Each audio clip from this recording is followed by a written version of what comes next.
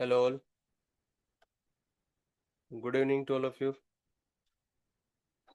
जल्दी से कंफर्म कर दीजिए, स्क्रीन आपको सही से दिख रही हो? वॉइस क्लियर है ना?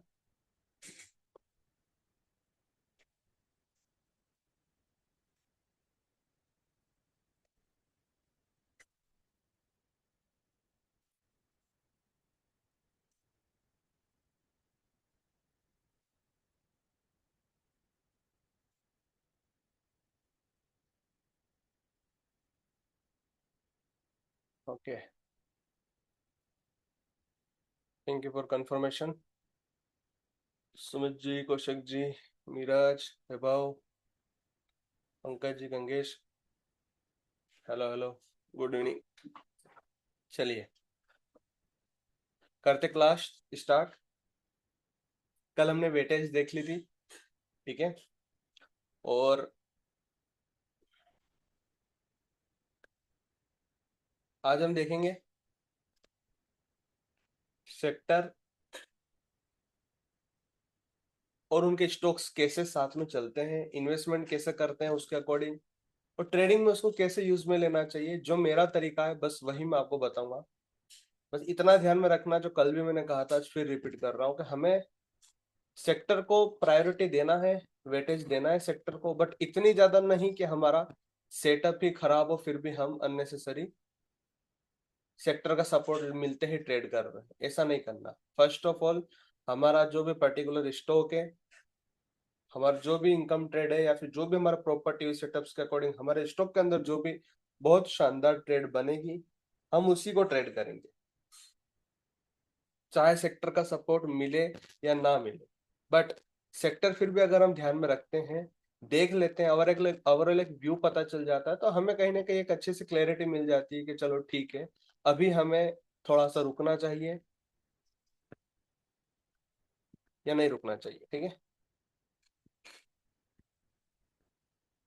ओवरऑल मार्केट किस दिशा में चले गया है, कौन सी स्थिति में खड़ा है अभी, वो सभी सेक्टर से हमें समझ में आ गया।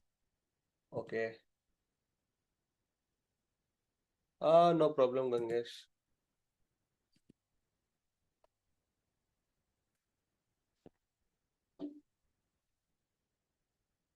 चलिए चलिए, सबसे पहले हम बात करते हैं निफ्टी की। देखिए, निफ्टी ने इस वीकली सप्लाई जोन के अंदर, डेली का जो सप्लाई जोन दिख रहा है आपको, यहाँ पे गैप अप ओपनिंग हुआ था, यहाँ से डाउन आया और यहीं से एक अच्छी बाइंग दिखाते हुए इसको ब्रेक करा, अच्छी क्लोजिंग दी और ऊपर वाले सप्लाई जोन को जाके हिट कर चुका है प्राइस। ठीक है, वापस से डाउन आया और ऊपर वापस गया और वहां से आज अच्छी खासी सेलिंग देखने को मिली। ठीक है, तो ये चीज जो मैंने मार्क कर रखा था, तो मुझे कहीं ना कहीं यहां से जो यहाँ तक बाइंग आई है इस दौरान, ठीक है, तो यहाँ पर जाते ही जिस ट्रेड मेरी जो अच्छी ट्रेड चल रही थी है ना, उनमें जो थोड़ा लॉन्ग चलती है ना ट्रेड्स, उनमें हल्का हल्का प्रॉफिट बुक करा, क्योंकि पता था कि यहाँ से एक रिएक्शन आ सकता है डाउन साइड में। वापिस से जब यहाँ पर प्राइस चले जा चुका है, ठीक है, और पता है कि एक अच्छी खासी बाइंग, थोड़ी बहुत बाइंग आ चुकी थी, तो हमें पता है कि अब थोड़ा सा लॉन्ग के ट्रेड अगर लेना हो तो हल्का सा रुक जाइए अभी, क्योंकि 2-3 दिन के अंदर ही कुछ एक अच्छी सी सेलिंग दिखेगी निफ्टी में आगे। तो चाहे वो यहाँ तक आए, कहीं पर भी आए, पर कम से कम एक होता ना कि ओवरऑल निफ्टी के अंदर, बैंक निफ्टी के अंदर, फिन निफ्टी के अंदर और भी सेक्टर के अंदर कहीं ना कहीं एक वापिस से थोड़ा सा डीप आए प्राइस, है ना, उसके बाद वापिस से जो भी अच्छे ट्रेड बनेंगे उनमें ट्रेड लेंगे। क्योंकि मार्केट जब भी डाउन आएगा तभी आपको अच्छे स्टॉक में आपकी एंट्री मिलेगी, है ना। ये तो जनरल सी बात है कि जब मार्केट गिरेगा तभी तो हमें हमारे स्टॉक के अंदर एंट्री मिलेगी।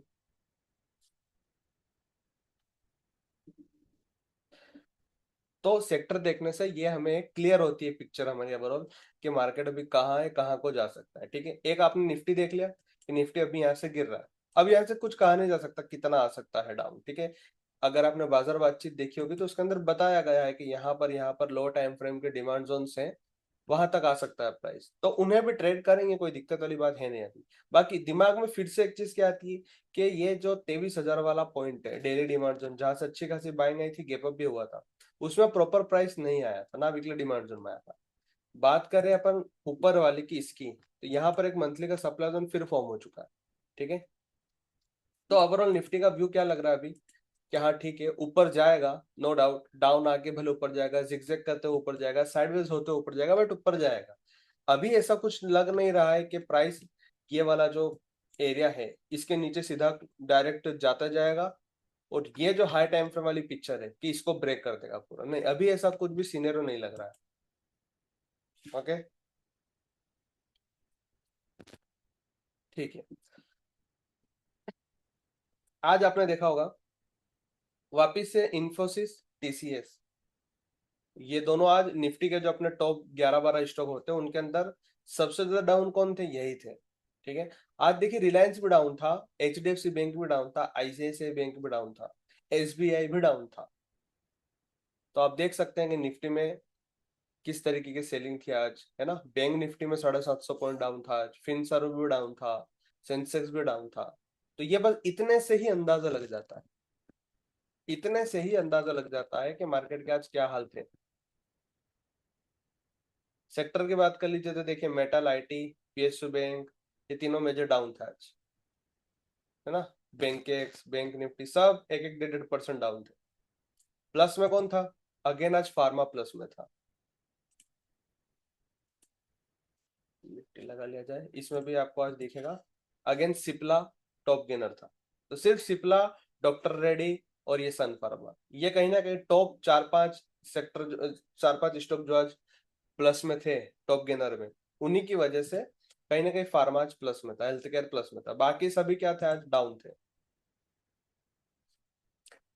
ठीक है, तो ये ओवरऑल पिक्चर पता चलती है। दूसरा क्या है, अब मैं आपको अगर बताऊं, मंथली पर सीधा ले चलता हूं। अब आप इसको देखिए मिडिसमल 400 को।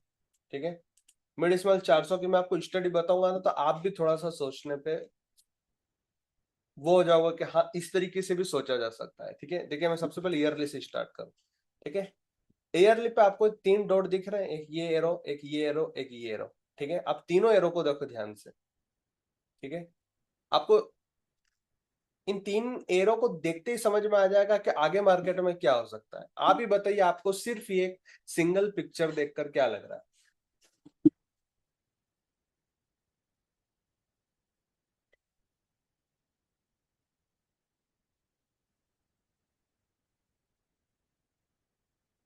बताइए, सभी आंसर कीजिए कि आपको इस सिंगल पिक्चर देखते हुए ईयरली टाइम फ्रेम में मिड स्मॉल 400 का है, इसके अंदर मिड कैप के स्टॉक, स्मॉल कैप के स्टॉक्स भी हैं टोटल बहुत सारे, मतलब ओवरऑल व्यू भी समझ में आता है। आपको ये 3 एरो जो दिख रहे हैं और इस पूरी पिक्चर को ईयरली टाइम फ्रेम पर देखते हुए क्या दिख रहा है, upside. Okay, demand zone form होगा, न्यू बुलिश। ओके,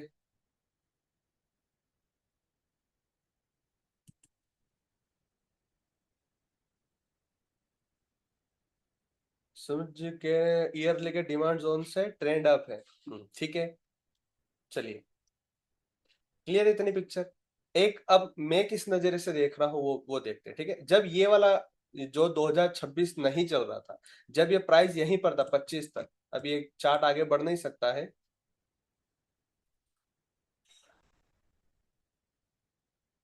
मैं अभी आपको यहां तक बताता, ये जो कैंडल थी ना, जब ये कैंडल कंप्लीट हो चुकी थी और जब ये कैंडल बन भी रही थी जब लास्ट ईयर 25 में, तब भी मैंने एडवांस चैनल पर डाल दिया था जब ये कैंडल बन रही थी, बनते बनते ही, कि मैं ओवरऑल मतलब मिड स्मॉल के अंदर बुलिश ही हूँ। ठीक है, जब ये चार्ट मैंने डाला था, आप जब एडवांस चैनल में ऐड हो जाएंगे या फिर जो ऐड है आप उनसे भी पूछ सकते हैं, मैंने डाला था, मुझे बहुत सही लग रहा था, मुझे कुछ भी इशू नहीं आ रहा था इसके अंदर। ठीक है, उसका बताता हूँ रीजन क्यों। एक तो रीजन ये, एक बात और, ये हमेशा ग्रीन कैंडल ही बना रहा, और यस यस सुनिए, हमेशा ग्रीन तो नहीं, जब ये 2019 में आया था मिड स्मॉल कैप का, जब इंडेक्स ओपन हुआ था तब ये रेड भी हुआ था। मेन चीज जो देखने लायक इसमें लग रही है ना, जो समझने लायक है, वो ये है कि देखिए ये एक बेस बनी, अगले साल क्या आया था, कोविड आ गया था दिसंबर में, तो देखिए यहाँ इसकी यहाँ ओपनिंग होना और यहाँ तक एक बार के लिए डाउन आना, वापस से रिकवरी करके ऑल टाइम हाई लगा देना, फिर 2020 में दिसंबर तक तो बहुत अच्छी बाइंग गई, उसके बाद अगले साल 2021 में भी बहुत अच्छी बाइंग गई, और ये 22 वाला वो टाइम था जब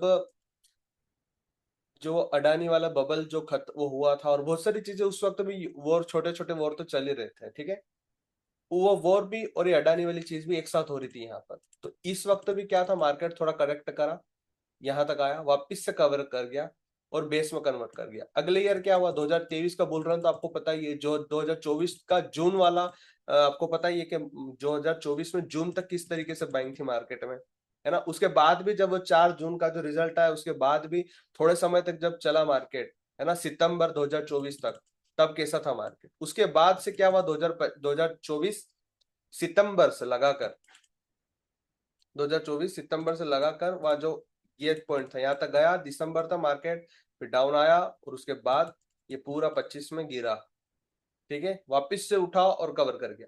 तो मुझे यही कहीं से अंदाजा लग गया था कि जो पिछली बार रिपीट हुआ है 3 बार, इस बार भी होगा। और मुझे क्लियर पता था कि जैसे ही मतलब वापस से उल्टा में क्रॉस हुआ, ये अगेन मतलब जो इस तरीके से बाइंग आई है, इस तरीके से बाइंग आई है, वैसे लगातार अब 2 साल के लिए वापस अच्छी बाइंग आएगी, कम से कम 2-3 साल तो बाइंग बुल रन के लिए आना चाहिए। तो ये सिर्फ मुझे ईयरली से ही समझ में आ गया था। फिर हाफ ईयरली पे गए तो और देख लीजिए, सेम पिक्चर, किस तरीके से रुकता है प्राइस, चलता है, फिर रुकता है, फिर चलता है, फिर रुक चुका है ना। हमेशा तो यही हो रहा है ना, तीन हाफ ईयरली के कैंडल रुकते हैं, यहाँ पर भी 3 हाफ ईयरली के कैंडल रुके, यहाँ पर भी 3 हाफ ईयरली के कैंडल रुक गए। अब आ रही अच्छी खासी बैंक। अब जैसे ही मतलब ये टाइम जो था, इस दौरान मार्केट के अंदर स्टॉक्स 60-70% करेक्ट भी हुए हैं, 60-60%, 50-50% करेक्ट हुए हैं। लेकिन जो अच्छे स्टॉक्स थे, जो अच्छे डिमांड जोन में आ चुके थे, उनके अंदर बाइंग भी आना स्टार्ट हुआ है ऑलरेडी। मतलब जिन्होंने बॉटम पे बाय करा है, उनका अभी 30-40% तो आरओई चल रहा है अच्छे अच्छे स्टॉक्स में। अभी बुल रन शुरू भी, अब तो ये होता ना कि बस अब होने वाला है बुल रन शुरू, एक तरीके से कहीं ना कहीं हो चुका है, बस वो कंडीशन चल रही है, ऑल टाइम हाई क्रॉस हो चुका है ये। अब वापस से यहाँ से मतलब यहाँ से आप देख लीजिए इसका हाई क्या था, 11,500, 11,500 से हाई क्या लगाया, 21,000 के आसपास, लगभग लगभग डबल हुआ। अब यहां से आप 21,000 है ये हाई पॉइंट, तो आप कम से कम 42,000 तो मानकर चलिए। अभी क्या चल रहा है, 20,000, 21,000 चल रहा है, ठीक है, मिड स्मॉल 400। आप राउंड फिगर भी 40,000 मान के चलो, 30,000 मान लो आप, तो मैं तो कह रहा हूँ ज्यादा आप एक्सपेक्टेशन ना रखे, चलता रहेगा कम से कम। अगर ये 20,000, 21,000, 20,000 से अगर ये 30,000 भी हो गया ना, मिड स्मॉल 400 का इंडेक्स, आप सोच रहे हैं आपके स्टॉक्स में, मिड स्मॉल के जो स्टॉक्स है, जो मिड कैप के स्टॉक हैं, स्मॉल कैप के स्टॉक्स हैं, उनमें किस कदर बाइंग आएगी। इसी वजह से मैं आपको कह रहा था, कल जो बात बोल रहा था कि निफ्टी चाहे डाउन हो, फिर भी स्टॉक्स अब चलते हैं ऐसा मार्केट में। और ये जब बुल रन आते हैं ना इस टाइप की जब बाइंग आती है, इस टाइप की बाइंग आती है, उसी दौरान जो होता है ना, घोड़ों की रेस में गधे भी चल जाते हैं।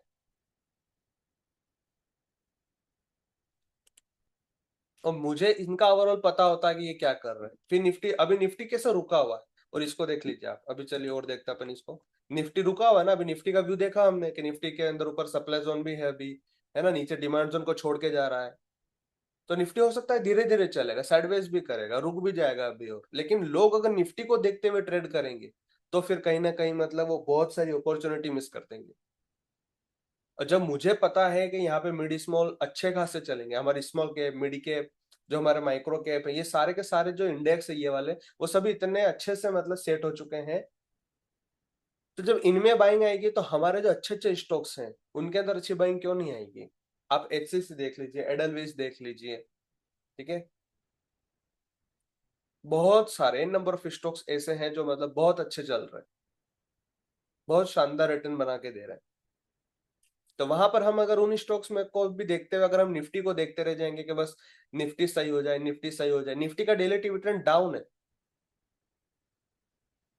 और जब वो अप होगा तब तक तो इनके अंदर बहुत अच्छी बाइंग आना शुरू हो जाएगी। तब तक तो बहुत अच्छी, हम कम से कम हमारे स्टॉक्स के अंदर जो 15-20-30% की मूवमेंट होती है, जो आ जाएगी ऑलरेडी, हम उसको मिस कर देंगे।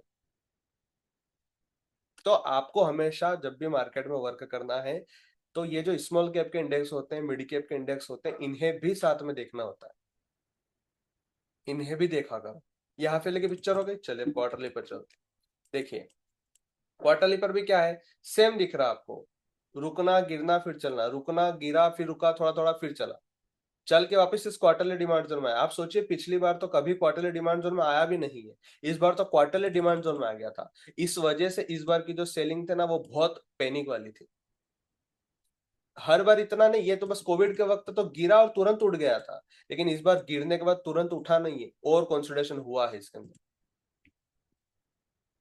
समझ रहे हैं आप बात को, मैं कहना क्या चाह रहा हूँ? क्वार्टरली डिमांड जोन में आके तुरंत उठा, जितना उठना था उठा, लेकिन बहुत सारे स्टॉक्स इस दौरान डिमांड जोन में नहीं आए थे, और जो आ गए थे वो अच्छे खासे चले।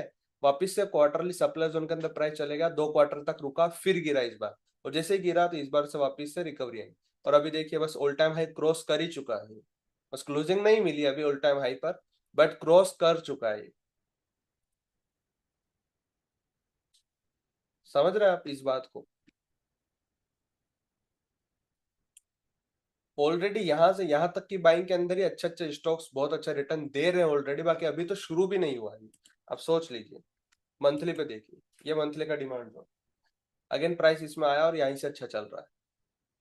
सप्लाई जोन कुछ बचा है अब नहीं, जो बचा था ये था बहुत अच्छा मंथली का, कितना स्ट्रॉन्ग सप्लाई जोन, बहुत रोका प्राइस, और यहाँ पर था एक्सपेक्टेशन, यहाँ पर भी थी मेरी एक्सपेक्टेशंस क्या हो सकता है ऐसा कि ये जो नॉर्मल मंथली का काइंड ऑफ डिमांड जो टाइप लग रहा था, और यहाँ से जब बाइंग आ रही थी तो इस जगह लगा कि यार अब आना चाहिए, लेकिन फिर से यहाँ से ट्रैप हुआ, वापस से मंथली डिमांड जोन में आया, प्राइस चले गया। हालांकि इस वक्त जब ये था, जब मेरी एक्सपेक्टेशन थी कि यहाँ से भी चल सकता है मार्केट, है ना, कौन सा था ये, जनवरी के आसपास, दिसंबर के आसपास से, ठीक है, उस दौरान भी कोई दिक्कत वाली बात नहीं थी, क्योंकि मुझे यहाँ पर ही जब मैंने चार्ट डाला था, एडवांस चैनल जो अपना था उसके अंदर वीकली टाइम फ्रेम पर ये चार्ट डाला था, और ये सोच के डाला था कि ये वाला भी डाला था यहाँ पर वीकली का, कि पिछली बार भी ऐसा हुआ था कि ये इस तरीके से स्ट्रक्चर बन जाते हैं, फिर अच्छी बाइंग आती है। इस बार भी इस तरीके के स्ट्रक्चर बन चुके हैं, फिर बाइंग आ सकती है, लेकिन मैंने ये भी बोला था कि ये भी मेरे ध्यान में था और ये भी मेरे ध्यान में था, ये मार्किंग भी उस चार्ट के अंदर दी हुई थी।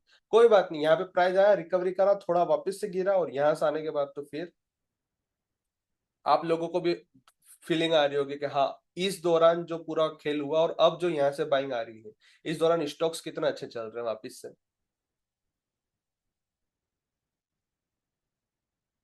और अब आपको भी लग रहा होगा कि कोई सप्लाई जोन नहीं बचा, ये टेस्टेड था, ये जो बचा कुचा था इसने रोक लिया प्राइस को, डाउन करके वापस मंथली डिमांड जोन से पिकअप करा प्राइस, और अब ऊपर चले गया, अब तो कुछ भी नहीं बच रहा है ना।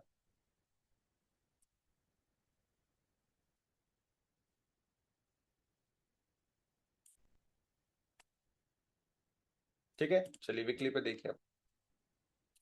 ये रहा, ये वाला चार्ट भेजा था मैंने, ठीक है, इस तरीके से ये भेजा था, ये वाला, ये हाई पॉइंट था, इस पे प्राइस बहुत बार रुक गया, ये वीकली डिमांड जोन था, यहाँ से प्रॉपर टच करके गया प्राइस ऊपर, लिखा हुआ था सेम वही चार्ट है, मैंने कुछ भी चेंजेस नहीं करे, बिफोर ब्रेकआउट चार्ट मई 2023, उसके बाद इस तरीके से जो बाइंग आती है ये वाली, यहाँ से यहाँ तक, इस दौरान आपने भी देखा होगा स्टॉक्स कितने 2x 3x 4x भी हुए हैं बहुत सारे।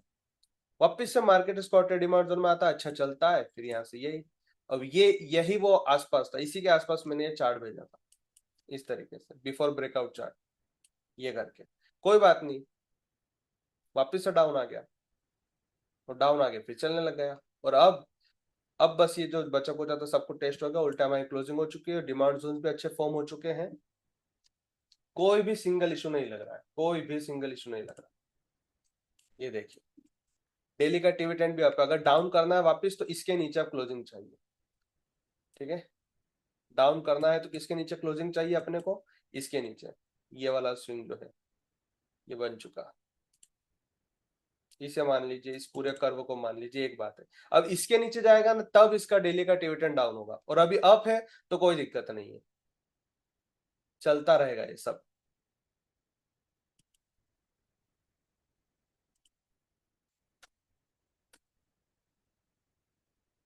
ये बच्चा कुछ पेंडिंग ऑर्डर से सारे पिकअप करें,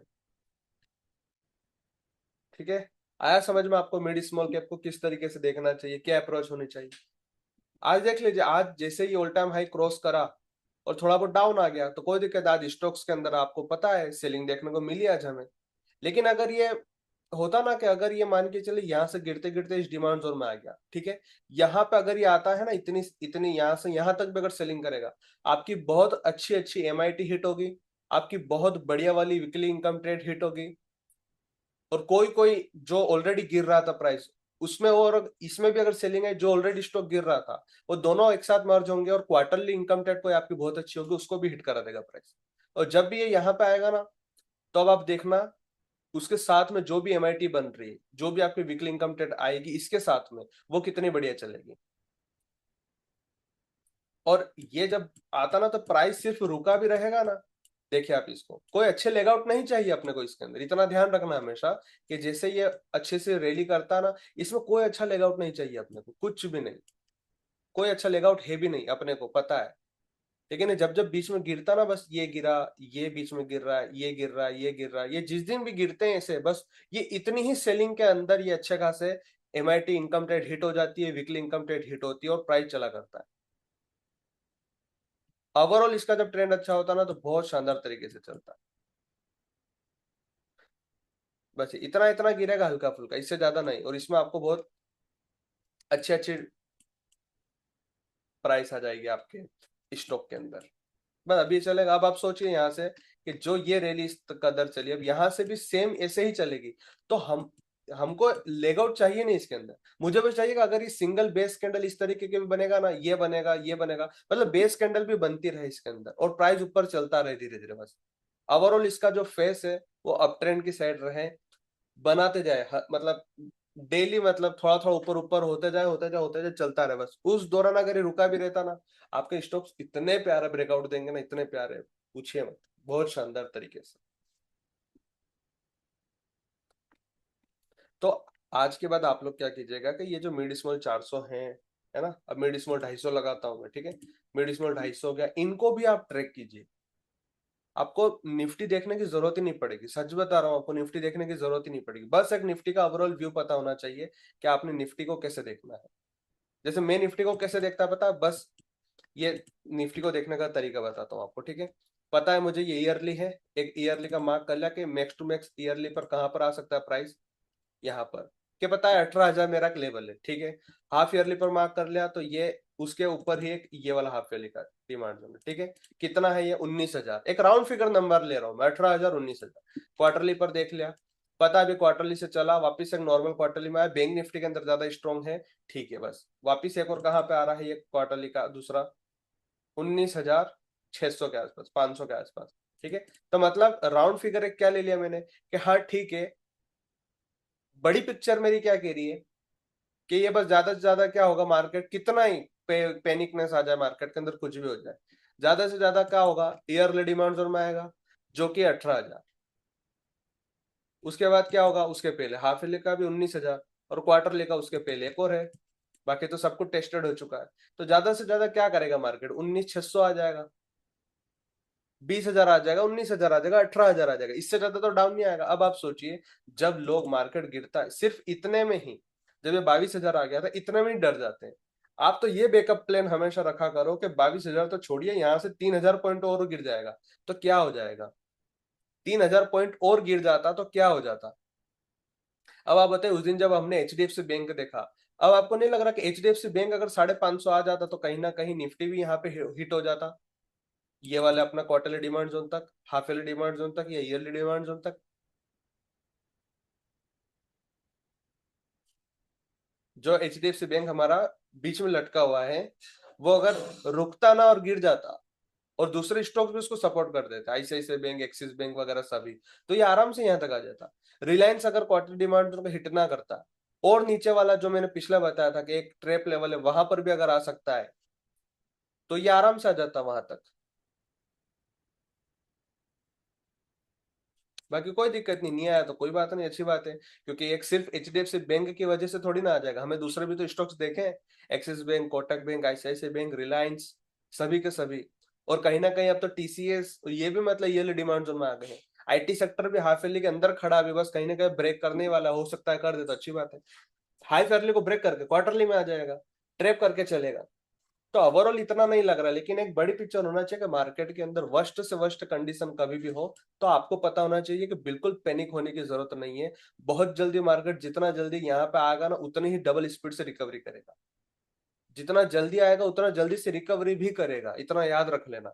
और मैं आज भी मतलब इसकी प्लानिंग करके रहता हूँ, क्योंकि मुझे ट्रस्ट नहीं है मुझे ट्रस्ट नहीं है इन चीजों के ऊपर। क्या है यहाँ पे, ऑलरेडी चल चुका है, कुछ भी नहीं है, सब कुछ टेस्टेड है,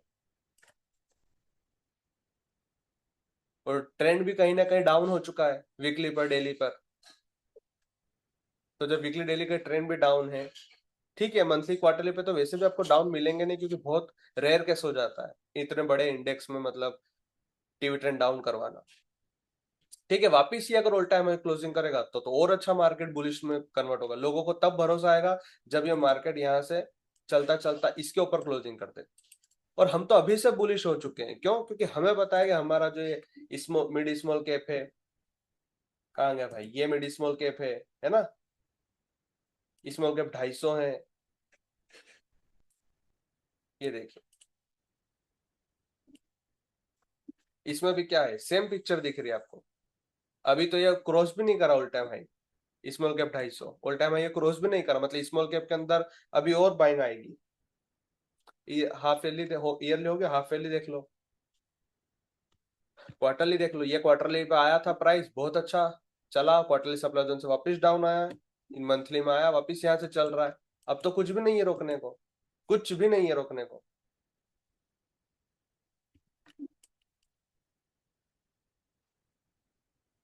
ये नॉर्मल वीकली डिमांड जोन था, इसी से वापस रिकवर कर गया।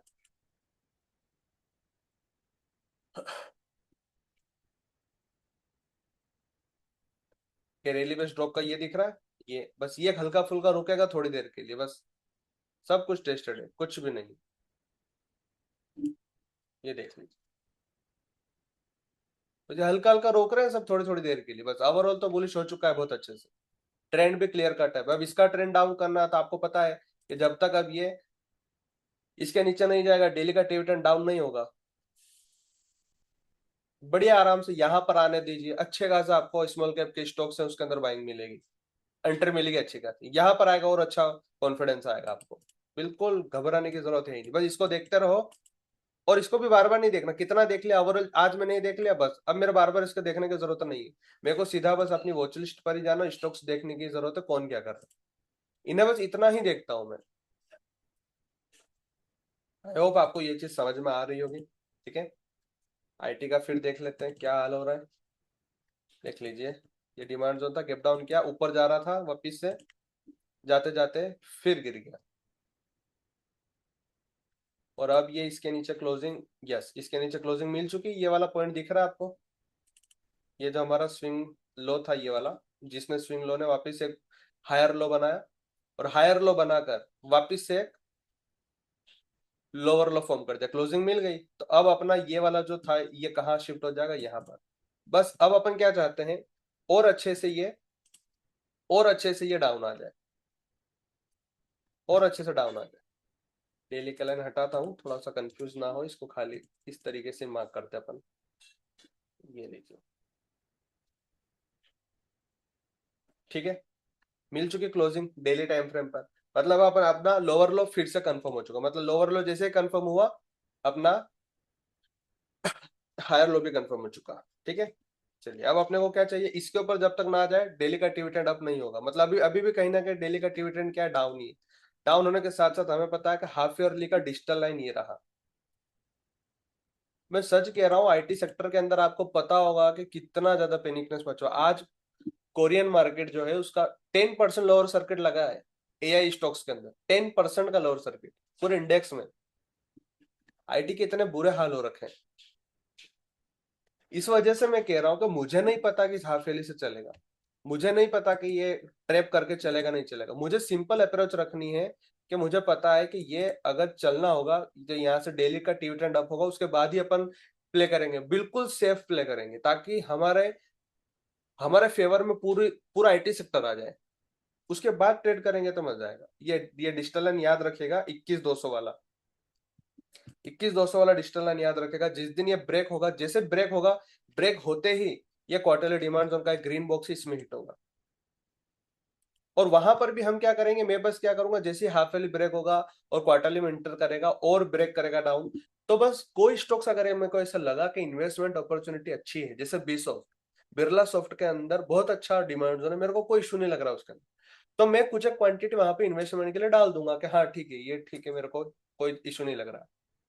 टीसीएस मेरे को थोड़ा सा लग रहा है कि ईयरली डिमांड जोन के अंदर एकदम हाफ से भी ज्यादा डाउन आ गया, तो ठीक है मैं कुछ एक इन्वेस्टमेंट के लिए डाल दूंगा अगर लगा तो।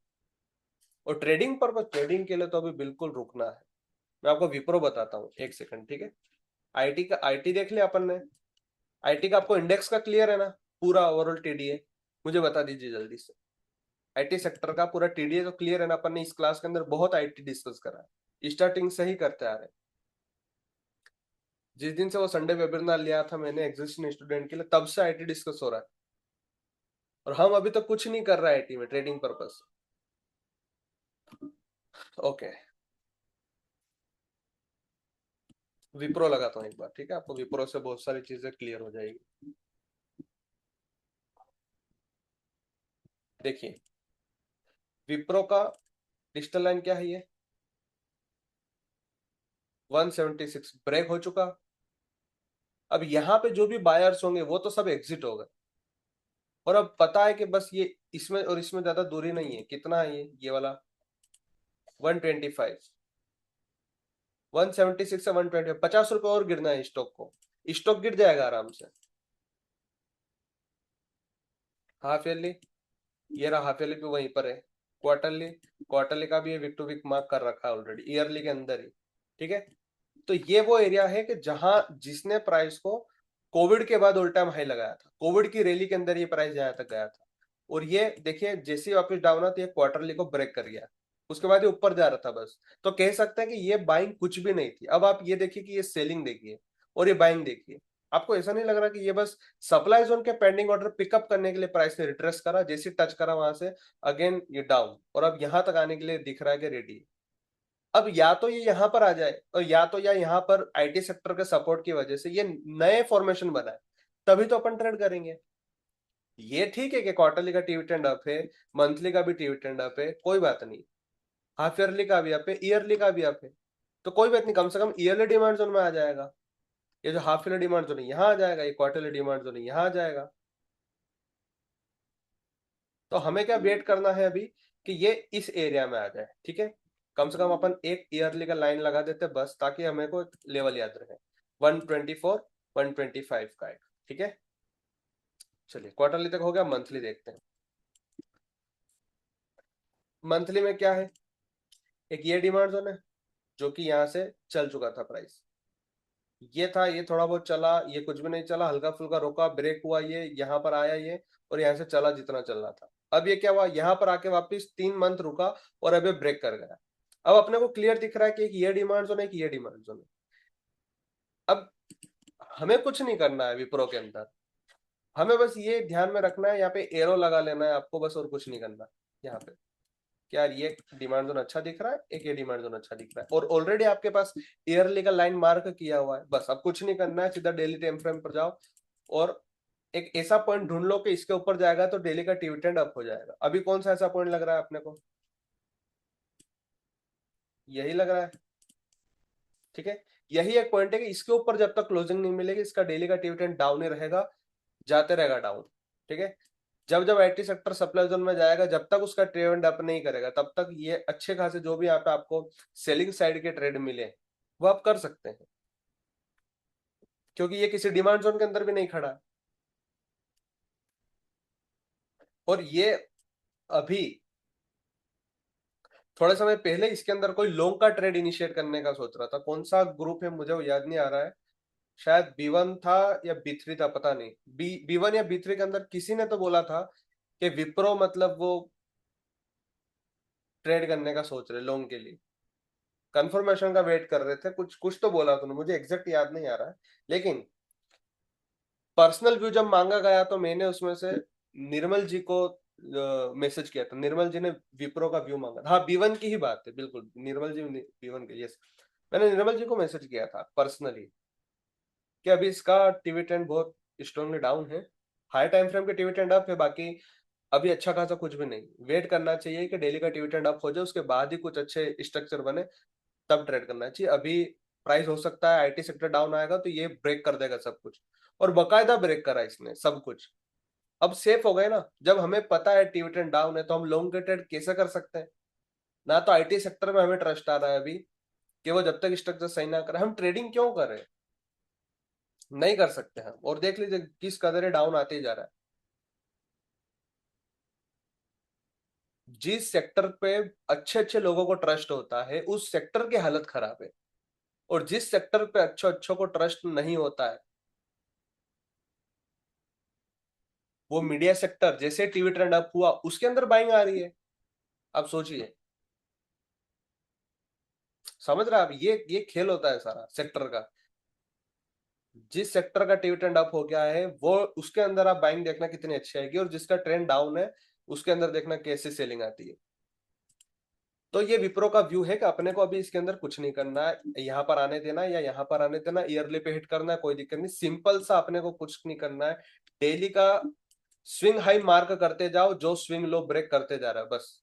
और जब तक उसके ऊपर क्लोजिंग ना मिले उस स्टॉक के अंदर ध्यान नहीं देना। सिंपल सा फंडा इतना सा बस। अब आप सेफ रहेंगे इसके अंदर। और जिस दिन विप्रो का स्ट्रक्चर सही हो गया, सोचिए आप जब ट्रेड करेंगे तब कितने अच्छे तरीके से आपको पैसा बना के देगा ये स्टॉक। स्टॉक बढ़िया है, नो डाउट, उसके अंदर कोई दिक्कत नहीं है, विप्रो के अंदर सब कुछ बढ़िया है। अब वो भले किसी भी रीजन से डाउन आ रहे हो, ठीक है।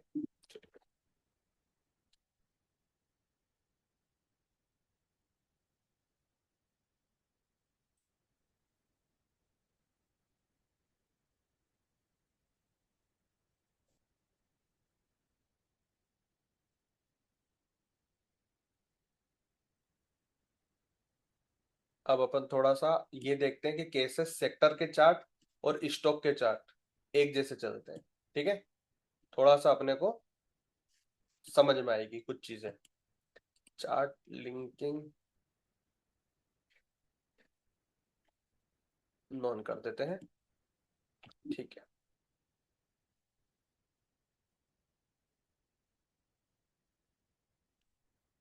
एक साइड में लगा लेता हूँ निफ्टी आईटी, ठीक है, मंथली टाइम फ्रेम पर, और दूसरी साइड स्टॉक लगा लेता हूँ, ठीक है। आपको चार्ट दिख रहा है प्रॉपर, अच्छे से दिख रहा है चार्ट?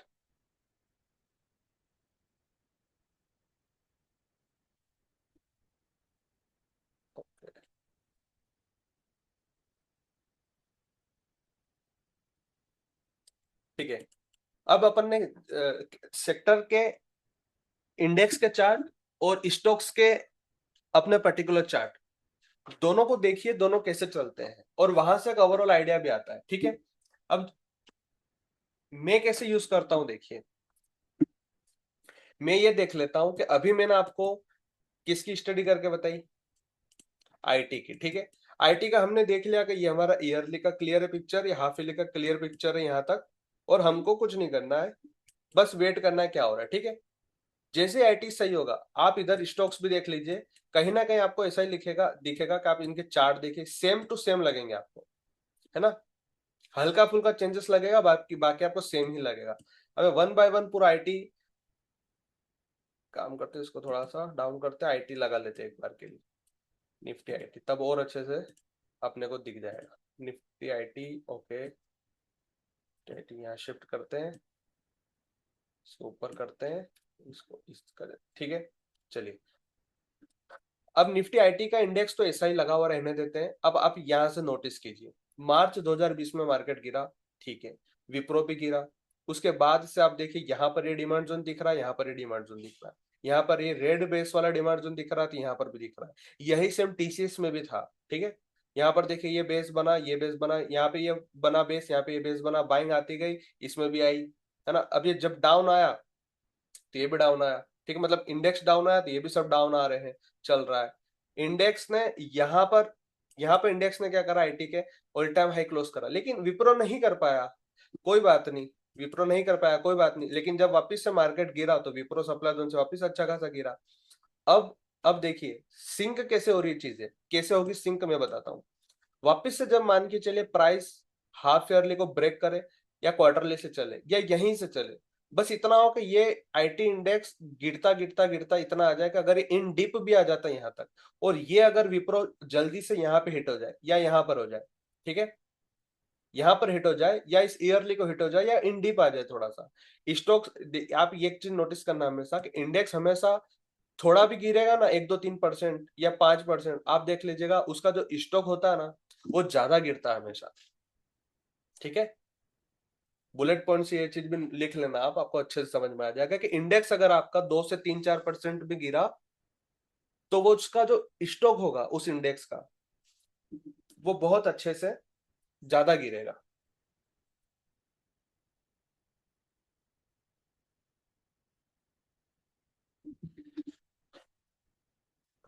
ठीक है, अब होगा क्या, जैसे कोविड के दौरान गिरा था आईटी इंडेक्स और ये स्टॉक भी डाउन आया था, अभी हो सकता था तो ये पिछली बार क्या हुआ था, यहां पर आ जाता ये जो डिमांड जोन आपको दिख रहा है यहां पर आ जाता, क्योंकि ये तो इतना स्ट्रॉन्ग नहीं लग रहा ना, इस स्विंग में, इस स्विंग हाई के ऊपर क्लोजिंग में नहीं करी थी प्रॉपर, यहाँ पे इसको ब्रेक करा और ये सब कुछ टेस्टेड टाइप लग रहा था। तो अब जब यहां तक आ गया था तो हो सकता था यहां पर भी प्राइस जाता, बाकी कोई दिक्कत नहीं, बीच में से भी तो नया प्राइजेक्शन बन जाता है। वैसे ही सेम इस बार भी हो सकता है कि अगर ये या तो यहां पर आए या यहां पर आए या बीच में से भी चले, हमें बस इतना मतलब है कि अगर आईटी सेक्टर का डिविडेंड अप हुआ, आईटी सेक्टर के अंदर अच्छी खासी बाइंग अगर स्टार्ट होती है तो हम विप्रो के अंदर भी ट्रेड करेंगे। इन्वेस्टमेंट की बात अलग है, इन्वेस्टमेंट के लिए अगर कोई पूछे कि सर विप्रो में इन्वेस्टमेंट कहाँ करना है, तो मैं सीधा तो बोलूंगा कि इस ईयरली में आने दीजिए या इस हाफ ईयरली में या इस क्वार्टरली में आने दीजिए, कम से कम यहाँ इन्वेस्टमेंट करना। अगर ऐसा लगता है आपको कि आईटी अगर सही हो गया तो ठीक है, आईटी जैसे ही सही हो जाए तो आप कुछ क्वांटिटी करंट मार्केट प्राइस पे भी, जब ये इसका भी विप्रो का भी डिविडेंड अप हो जाए और सब कुछ स्ट्रक्चर सही हो जाए, डिस्काउंट प्राइस पे हमें मिल जाए डेली टाइम फ्रेम पर, वहां पे आप शॉर्ट टर्म इन्वेस्टमेंट भी कर सकते हैं, लॉन्ग टर्म इन्वेस्टमेंट भी कर सकते हैं, क्योंकि अब आपको पता है कि अगेन जब आईटी चलेगा वापस अच्छा खासा तो विप्रो भी चलेगा, तो आपका पैसा बनते रहेगा साथ साथ में। ठीक है, अब इधर मंथली, इधर भी मंथली, अब अपन लगा लेते हैं कोफोर्ज, सॉरी सॉरी, आईटी इधर लगा लेते हैं कोफोर्ज।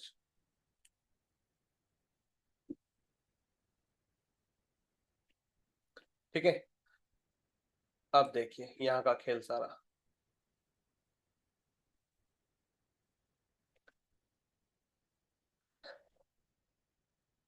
अब आपको यहाँ पे भी सेम देखिए, यहाँ पे ये आईटी डाउन आया, यहाँ पर भी डाउन आया, अच्छी खासी रैली आई, इसमें भी रैली आ रही है आईटी में, इसमें भी आ रही रैली, जब ये थोड़ा गिरा ये भी गिरा, लेकिन ये यहाँ से टकरा के वापस हाई लगा दिया, इसने भी लगा दिया, ये जैसे गिरा ये भी यहाँ पे गिरा, ये जैसे ही 3 मंथ की बाइंग आई इसमें बहुत अच्छी खासी बाइंग आती गई, लगातार आती गई आती गई, और ये जैसे ही अभी धीरे से डाउन आया, गिरा, गिरते गिरते खराब होने लगा, तो ये हाई तो नहीं क्लोजिंग कर पाया लेकिन ये लो भी ब्रेक नहीं कर पाया, ये जैसे ही वापस अब मार्केट के साथ डाउन आया तो ये इतना अच्छा डिमांड जोन था, इस वजह से ये यहाँ से बाइंग अच्छी आना शुरू हो गई। अब वही सेम चीज यहाँ पर भी कैसे सिंक होगी, प्राइस एक्शन तो लगभग लगभग सेम ही चल रहा है, बस देखने का नजरिया सेम होना चाहिए कि सेम क्या चल रही चीजें, सिंक कैसे करेंगे।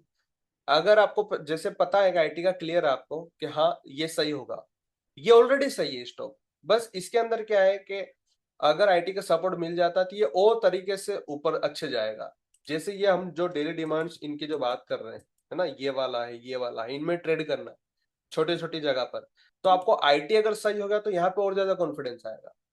मैं अभी कोफोर्ज में कॉन्फिडेंट हूँ, आप लोगों को भी पता है, लेकिन क्या मैं विप्रो में भी कॉन्फिडेंट हूँ? नहीं।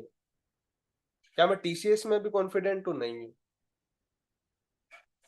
मैं बिसॉफ्ट में भी कॉन्फिडेंट हूँ अच्छा खासा कि चलो 300 रुपए पे आएगा तो मैं उसको मतलब इन्वेस्टमेंट के लिए ऐड कर दूंगा, ट्रेडिंग के लिए अभी भी बिसॉफ्ट रेडी नहीं है, वो रेडी होगा उसके बाद उसको भी करेंगे।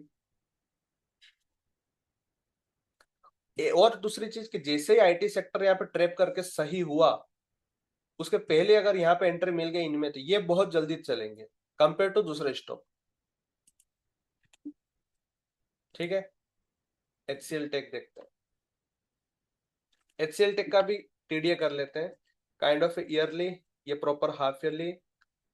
ठीक है, ये क्वार्टरली, मंथली का ये वाला एरिया अभी यहाँ पे प्राइस चल रहा है, इनमें भी देखिए अब इसमें क्या हो सकता है कि ये जो नीचे वाला डिमांड जोन है ये भी पेंडिंग है अभी, ये वाला ये भी पेंडिंग है, बाकी सब कुछ टेस्टेड है। कहीं ना कहीं एचसीएल टेक भी अगर मान के चले इस मंथली डिमांड जोन में आता है डाउन साइड में अच्छा खासा, थोड़ा सा और डीप आ जाएगा तो ये स्ट्रक्चर सेम ही लग रहा है, ये भी थोड़ा डीप आएगा तो इसको लेके आ जाएगा। जितने ज्यादा मतलब आईटी सेक्टर के साथ में उसके स्टॉक्स जितने ज्यादा सिंक करेंगे अच्छे अच्छे डिमांड जोन में, उतना अच्छे से रिवर्सल आएगा यहाँ पे।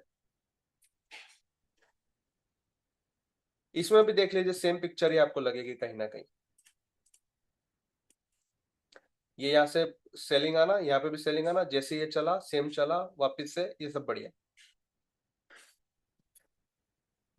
ये वाली जो बाइंग थी यहाँ से, ठीक है, ये वाली बाइंग थी जो यहाँ पर आप देखिए drop base rally rally rally, यहाँ पर भी है same drop base rally rally rally. इसमें आया प्राइस यहाँ से अच्छा खासा चला, ये भी करा, जितना रिएक्शन इसने इसने दिया आईटी ने उतना इसने भी दिया, वापिस से ऊपर गया, ये भी ऊपर गए। अब ये कैंडल जिस दिन बनी मंथली पे ये भी बनी। अब आप सोचिए कि एचसीएल टेक अपने kind of yearly half yearly demand zone में इंटर करेगा। देखिए अभी हाफ ईयरली की प्रॉपर प्रोक्सिमल लाइन पर ही नहीं आया, ठीक है, हो सकता है ये यहाँ पर आ जाएगा। 1110 रुपए चल रहा है, 1040 मतलब 70 पॉइंट ही तो है, इतने बड़े स्टॉक में खाली 70 पॉइंट ही तो है डाउन। अगर ये सपोर्ट करेगा, मैं हाफ ईयरली मार्क करता हूँ प्रॉपर, एचसीएल टेक की वेटेज है निफ्टी के अंदर बढ़िया है, कोई दिक्कत नहीं, ये सपोर्ट करेगा कहीं ना कहीं आईटी को, आईटी सपोर्ट करेगा इसको।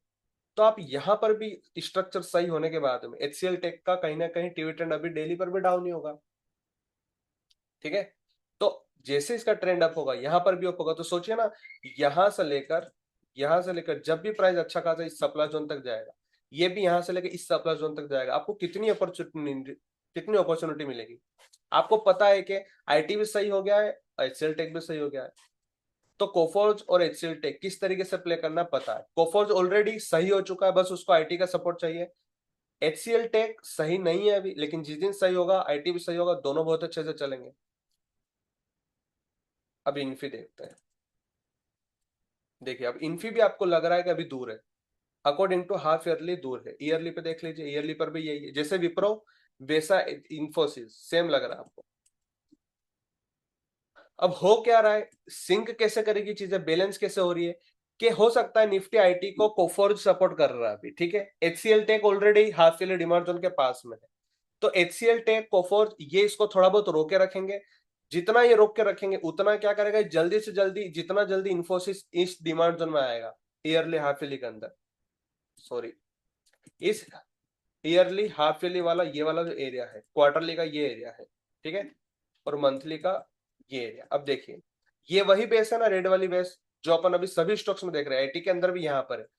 अगर ये यहाँ से भी सपोर्ट ले लेगा तो कोई बात नहीं, ये यहाँ पर आ जाएगा, थोड़ा बहुत रुकेगा तो जितना नाइट, अगर ये रुका भी रहा यहाँ पर, इन्फी अगर यहाँ पे रुका भी रहा ना, और ये आईटी को प्रॉब्लम ना दे, क्योंकि देखिए इन्फी की वेटेज ज्यादा है आईटी के अंदर, अगर यहाँ पर इंफोसिस रुका रहा, ठीक है, ना बढ़े ना घटे, बस रुका भी रहे साइडवेज हो जाए, और बाकी सारे एचसीएल टेक कोफोर्ज है ना टीसीएस ये सारे मतलब अच्छे चले, तो आईटी को खींचेंगे ये सभी लोग, लेकिन इन्फी रुका हुआ रहेगा तो आईटी को प्रॉब्लम नहीं आएगी।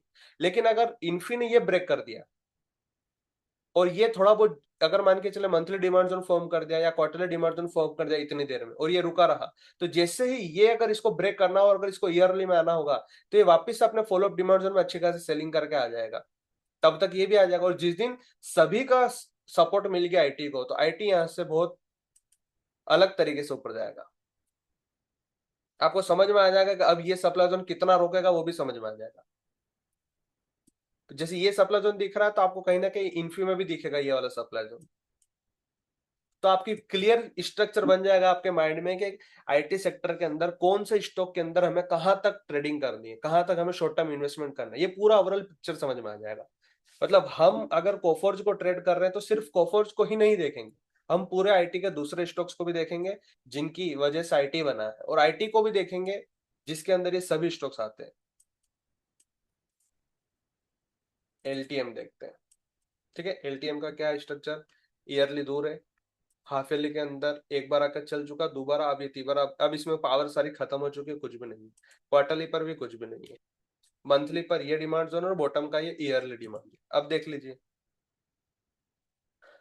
एलटीएम भी गिर सकता है, कोई दिक्कत वाली बात नहीं है, पर है अभी दूर, है अभी दूर। अब देखना होगा इसके अंदर भी कि ये कितना गिरता है, ये कितना गिरता है, सिंक करना पड़ेगी चीजें सभी को मिलाकर। ये रहा इसमें मंथली डिमांड जोन, यहाँ पर भी है, एम्फासिस देखते हैं, एम्फासिस देखिए ईयरली डिमांड जोन इसमें भी, बाकी वो बहुत दूर है अभी, इसके आसार नहीं लग रहे कि ये यहाँ तक आए। क्यों मैं ऐसा कह रहा हूं? क्योंकि हाफ ईयरली का नॉर्मल डिमांड जोन, बाकी उसकी प्रोक्सिमल लाइन ये, ठीक है। क्वार्टरली का ये बॉटम वाली बेस कैंडल, और मंथली के अंदर ये स्ट्रक्चर, मतलब इसको मान के चलिए आप, ठीक है। अब ये इसको भी हिट नहीं करा है, तो ये ड्रॉप 3 बेस रैली, ये डिमांड जोन भी अच्छा है। अब इसमें जरूरत नहीं है, एम्फोसिस में जरूरत नहीं है कि प्राइस यहां पर आए तभी मतलब हम यहाँ पे ट्रेड करेंगे, नहीं, हमें पता है कि इसके अंदर हाफ ईयरली डिमांड जोन का प्रोक्सिमल लाइन पेंडिंग था, और उसके अंदर मंथली का भी ये अच्छा डिमांड जोन रिवर्सल वाला, और आईटी सही हुआ और ये यहाँ पे आ गया, और ये यहाँ से ट्रेंड अप करेगा डेली टाइम फ्रेम पर, तो इसको भी ट्रेड करेंगे। फिर इसको जरूरत नहीं है कि डाउन आए, एम्फासिस को जरूरत नहीं है कि ये यहां तक डाउन आए तो ही जरूरी है।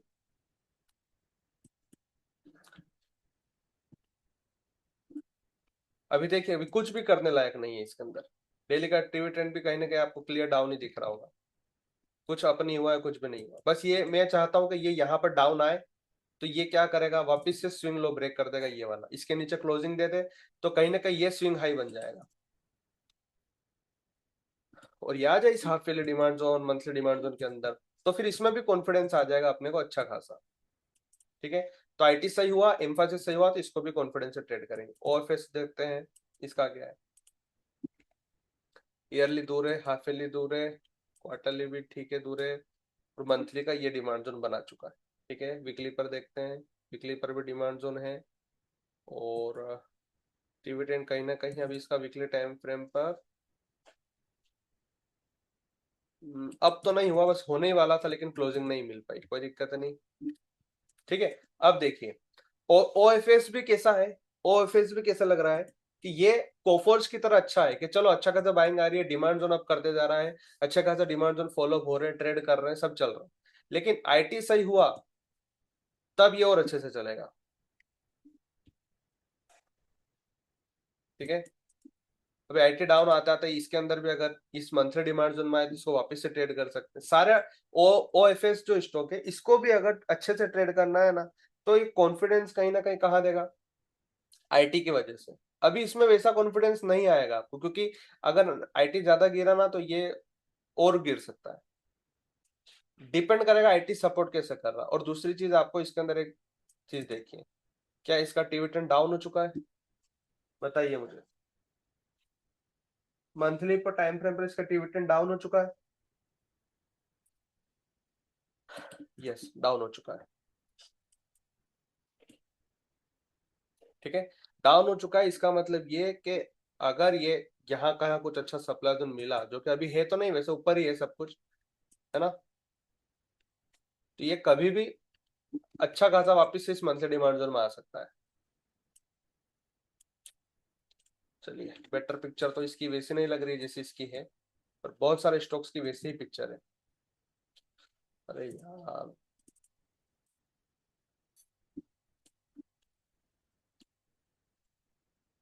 ठीक है, ये अपना है परसिस्टेंट, ठीक है। परसिस्टेंस ईयरली डिमांड जोन दूर है अभी, हाफ ईयरली से चल रहा है, क्वार्टरली का भी डिमांड जोन था, मंथली का ये स्ट्रक्चर है, जो बॉटम का डिमांड जोन अभी है इसके अंदर बचा हुआ। वीकली पर भी देखिए, तो वीकली पर अभी इसी डिमांड जोन के अंदर कंसोलिडेशन कर रहा है, मतलब ऐसा कुछ कॉन्फिडेंस नहीं आ रहा अभी कि इसको कहाँ पे ट्रेड किया जाए, क्योंकि कोई डिमांड जोन नहीं है, जो डिमांड जोन है वीकली का है कि यहाँ है और यहाँ है ना। लेकिन अगर इसका डेली का टीवी ट्रेंड अप हो जाएगा, है ना, अगर इसका डेली का टीवी ट्रेंड अप हो जाता है, तो इसमें भी ट्रेड किया जा सकता है यहीं से, फिर इसको जरूरत नहीं पड़ेगी कि ये मंथली में आए। समझ रहे बात को मेरी आप, कि ऑलरेडी ये अगर हाफ ईयरली डिमांड जोन से चल रहा है, क्वार्टरली भी सच चल रहा है, तो ये मंथली में ना आए, आ जाए तो बहुत बढ़िया होगा हमारे लिए, कि चलो अच्छा खासा पॉइंट पे करेक्शन करके आ चुका है प्राइस। लेकिन यहीं से भी अगर इसको चलना है ट्रेडिंग अपॉर्चुनिटी के पर्पज से देखें, तो ना तो इसका डेली का टीवी ट्रेंड अभी उस कदर अप हुआ है, बीच में एक लटका हुआ साइडवेज टाइप स्ट्रक्चर है, तो इसमें हमको कॉन्फिडेंस नहीं आना चाहिए अभी। हमको ये चाहिए कि आईटी सही हो और ये भी सही हो जाए, उसके बाद आईटी के नॉर्मल फॉलोअप डिमांड जोन्स भी जब वर्क करेंगे, तो उसके साथ साथ में परसिस्टेंट भी अच्छा चलेगा। अभी मैं आपको ऐसा नहीं बोलूंगा कि नहीं मैंने ये डिमांड जोन ट्रेड किया था, यहाँ से मेरे को टारगेट में कुछ भी नहीं, मैं बिल्कुल देखता ही नहीं हूँ आईटी को उस कदर से। मेरे को पता है छोटे छोटे डिमांड जोन सारे वर्क कर जाएंगे, लेकिन जो वो कॉन्फिडेंस आना चाहिए ना नेक्स्ट लेवल का, जो कोफोर्ज में आ रहा है अभी, वैसा तो नहीं आ रहा है। ठीक है, तो ठीक है, या तो ये यहाँ पर आए या यहीं से प्राइस एक्शन अच्छा बनाए, कुल डिपेंड करेगा आईटी के ऊपर। आईटी सही होगा इंडेक्स, उसके बाद ही अपन इसको ट्रेड कर सकते हैं। टीसीएस आप लोगों को पता ही है, आ रहा है डाउन, और ज्यादा डाउन था जी, और न्यू लो लगाते जा रहा है, ये देखिए इस तरीके से। लगाने दीजिए, कोई दिक्कत नहीं, जाने दीजिए इसको, जितना डाउन जाएगा जाने दीजिए इसको। आईटी सही होते ही ये भी सही हो जाएगा। टेक एम देखते हैं, देखिए टेक एम उस कदर डाउन आया ही नहीं, टेक महिंद्रा उस तरीके से डाउन आया ही नहीं है। हाफ एल का डिमांड जोन से प्राइस रनिंग हुआ, क्वार्टरली डिमांड जोन बहुत बढ़िया लग रहा है, ये यहाँ से आके अच्छा खासा चला, और इसी वजह से शायद ये होल्ड हो चुका है। यहाँ पर भी, यहाँ पर भी, मंथली पर भी ठीक है, वीकली पर, हाँ बहुत बड़ा डिमांड जोन है जिसने होल्ड करके रखा है प्राइस को। ठीक है, इसके अलावा कोई डिमांड जोन नहीं दिख रहा। ठीक है, मैं इसको थोड़ा सा ऐसा करते हैं, अब समझ में आएगा। इसके अलावा कोई डिमांड जोन ऐसा नहीं है दूर दूर तक, ये लग रहा होगा बट इसमें वो कॉन्फिडेंस नहीं ला सकते अपन, क्योंकि बहुत दूर का हो गया ये। मंथली पर भी कोई डिमांड जोन अब नहीं लग रहा है, ठीक है, दूर दूर तक भी कोई नहीं। क्वार्टरली डिमांड जोन भी दूर दूर तक इसके अलावा कोई नहीं दिख रहा है। हाफ ईयरली डिमांड जोन भी अब हमारे पास नहीं है, और ईयरली जो है वो यहाँ पर है। तो अपन अब ये भी तो एक्सपेक्ट कर सकते हैं कि ये यहीं से भी तो चल सकता है टेक महिंद्रा, जरूरी थोड़ी ना है कि ये ईयरली डिमांड जोन में ही आए। कहने का मतलब ये कि जैसे आईटी की इसके अंदर अच्छी खासी वेटेज है, ठीक है, तो ये यहीं से भी तो चल सकता है, क्योंकि ऑलरेडी इसको हाफ हाफ ईयरली से चल रहा है, बहुत अच्छा क्वार्टरली से चल रहा है, अगेन वापस क्वार्टरली से चल रहा है, और कोई खास सप्लाई जोन नहीं है, कोई खास सप्लाई जोन नहीं है। बस ऐसा था कि उल्टा भाई लगा रहे, टेस्टेड कर करके डाउन आ रहा है, बस आईटी के सही होने की देरी कर रहा है ये टेकएम। आईटी जैसे ही सही हुआ तो हो सकता है ना कि ये यहीं से ही अच्छा प्राइस एक्शन बनाए, डेली का डिविडेंड अप करे, और उसके बाद ये अच्छा खासा चले। देखिए ये डिमांड जोन में कहीं ना कहीं इंटरनली ट्रेंड अप किया था, इंटरनली मतलब स्ट्रक्चर अच्छे हुए थे इसके, ये डिमांड जोन में आके अच्छा चला, लेकिन अभी इसके अंदर वही सेम बात हो रही है कि कॉन्फिडेंस वाली चीज अभी नहीं लग रही है। हायर टाइम फ्रेम के ट्रेंड अप है, मैं ये भी बोल सकता हूँ कि चलो मंथली का भी अप है, क्वार्टरली का भी अप है, सब कुछ ठीक है, और क्वार्टरली डिमांड जोन से ही रनिंग चल रहा है, प्राइस अगेन वापस डीप आ रहा है, वीकली का भी अच्छा डिमांड जोन है, तो कंफर्मेशन भी प्ले कर सकते हैं हम, चलेगा, लेकिन मुझे सिर्फ कंफर्मेशन की वजह से मैं ट्रेड करूं, वो मेरे को अच्छा नहीं चाहिए। मेरे को चाहिए कि कोई बात नहीं, करना तो कंसोलिडेशन, इसको जितना करे, जब तक आईटी सही नहीं होगा इसमें भी पावर नहीं आने वाली। आईटी जब तक सही नहीं होगा तब तक टेक महिंद्रा भी नहीं चलेगा, लेकिन आईटी सही हो गया वैसे टेक महिंद्रा भी चलेगा फिर। विप्रो आपने देख ही रखा, और इसके अंदर अगर अपन ऐड करना चाहें,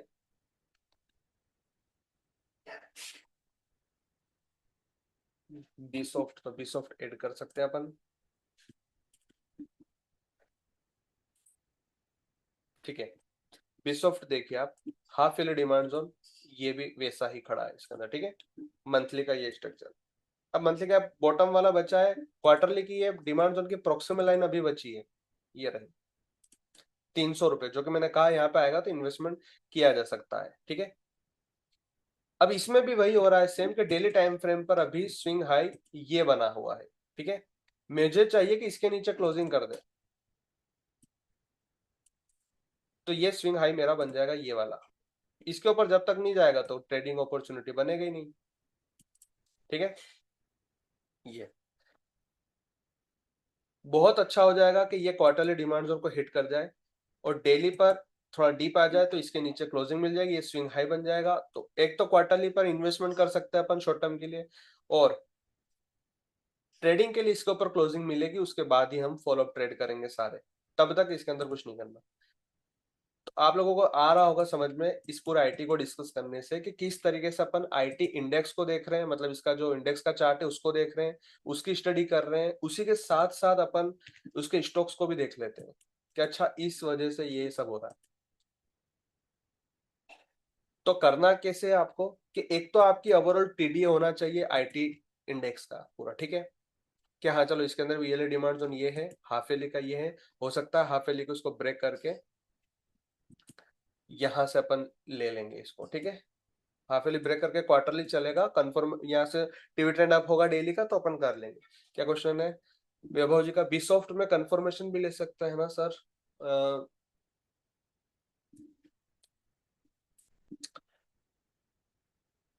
हाफ ईयरली का डिमांड जोन है ना,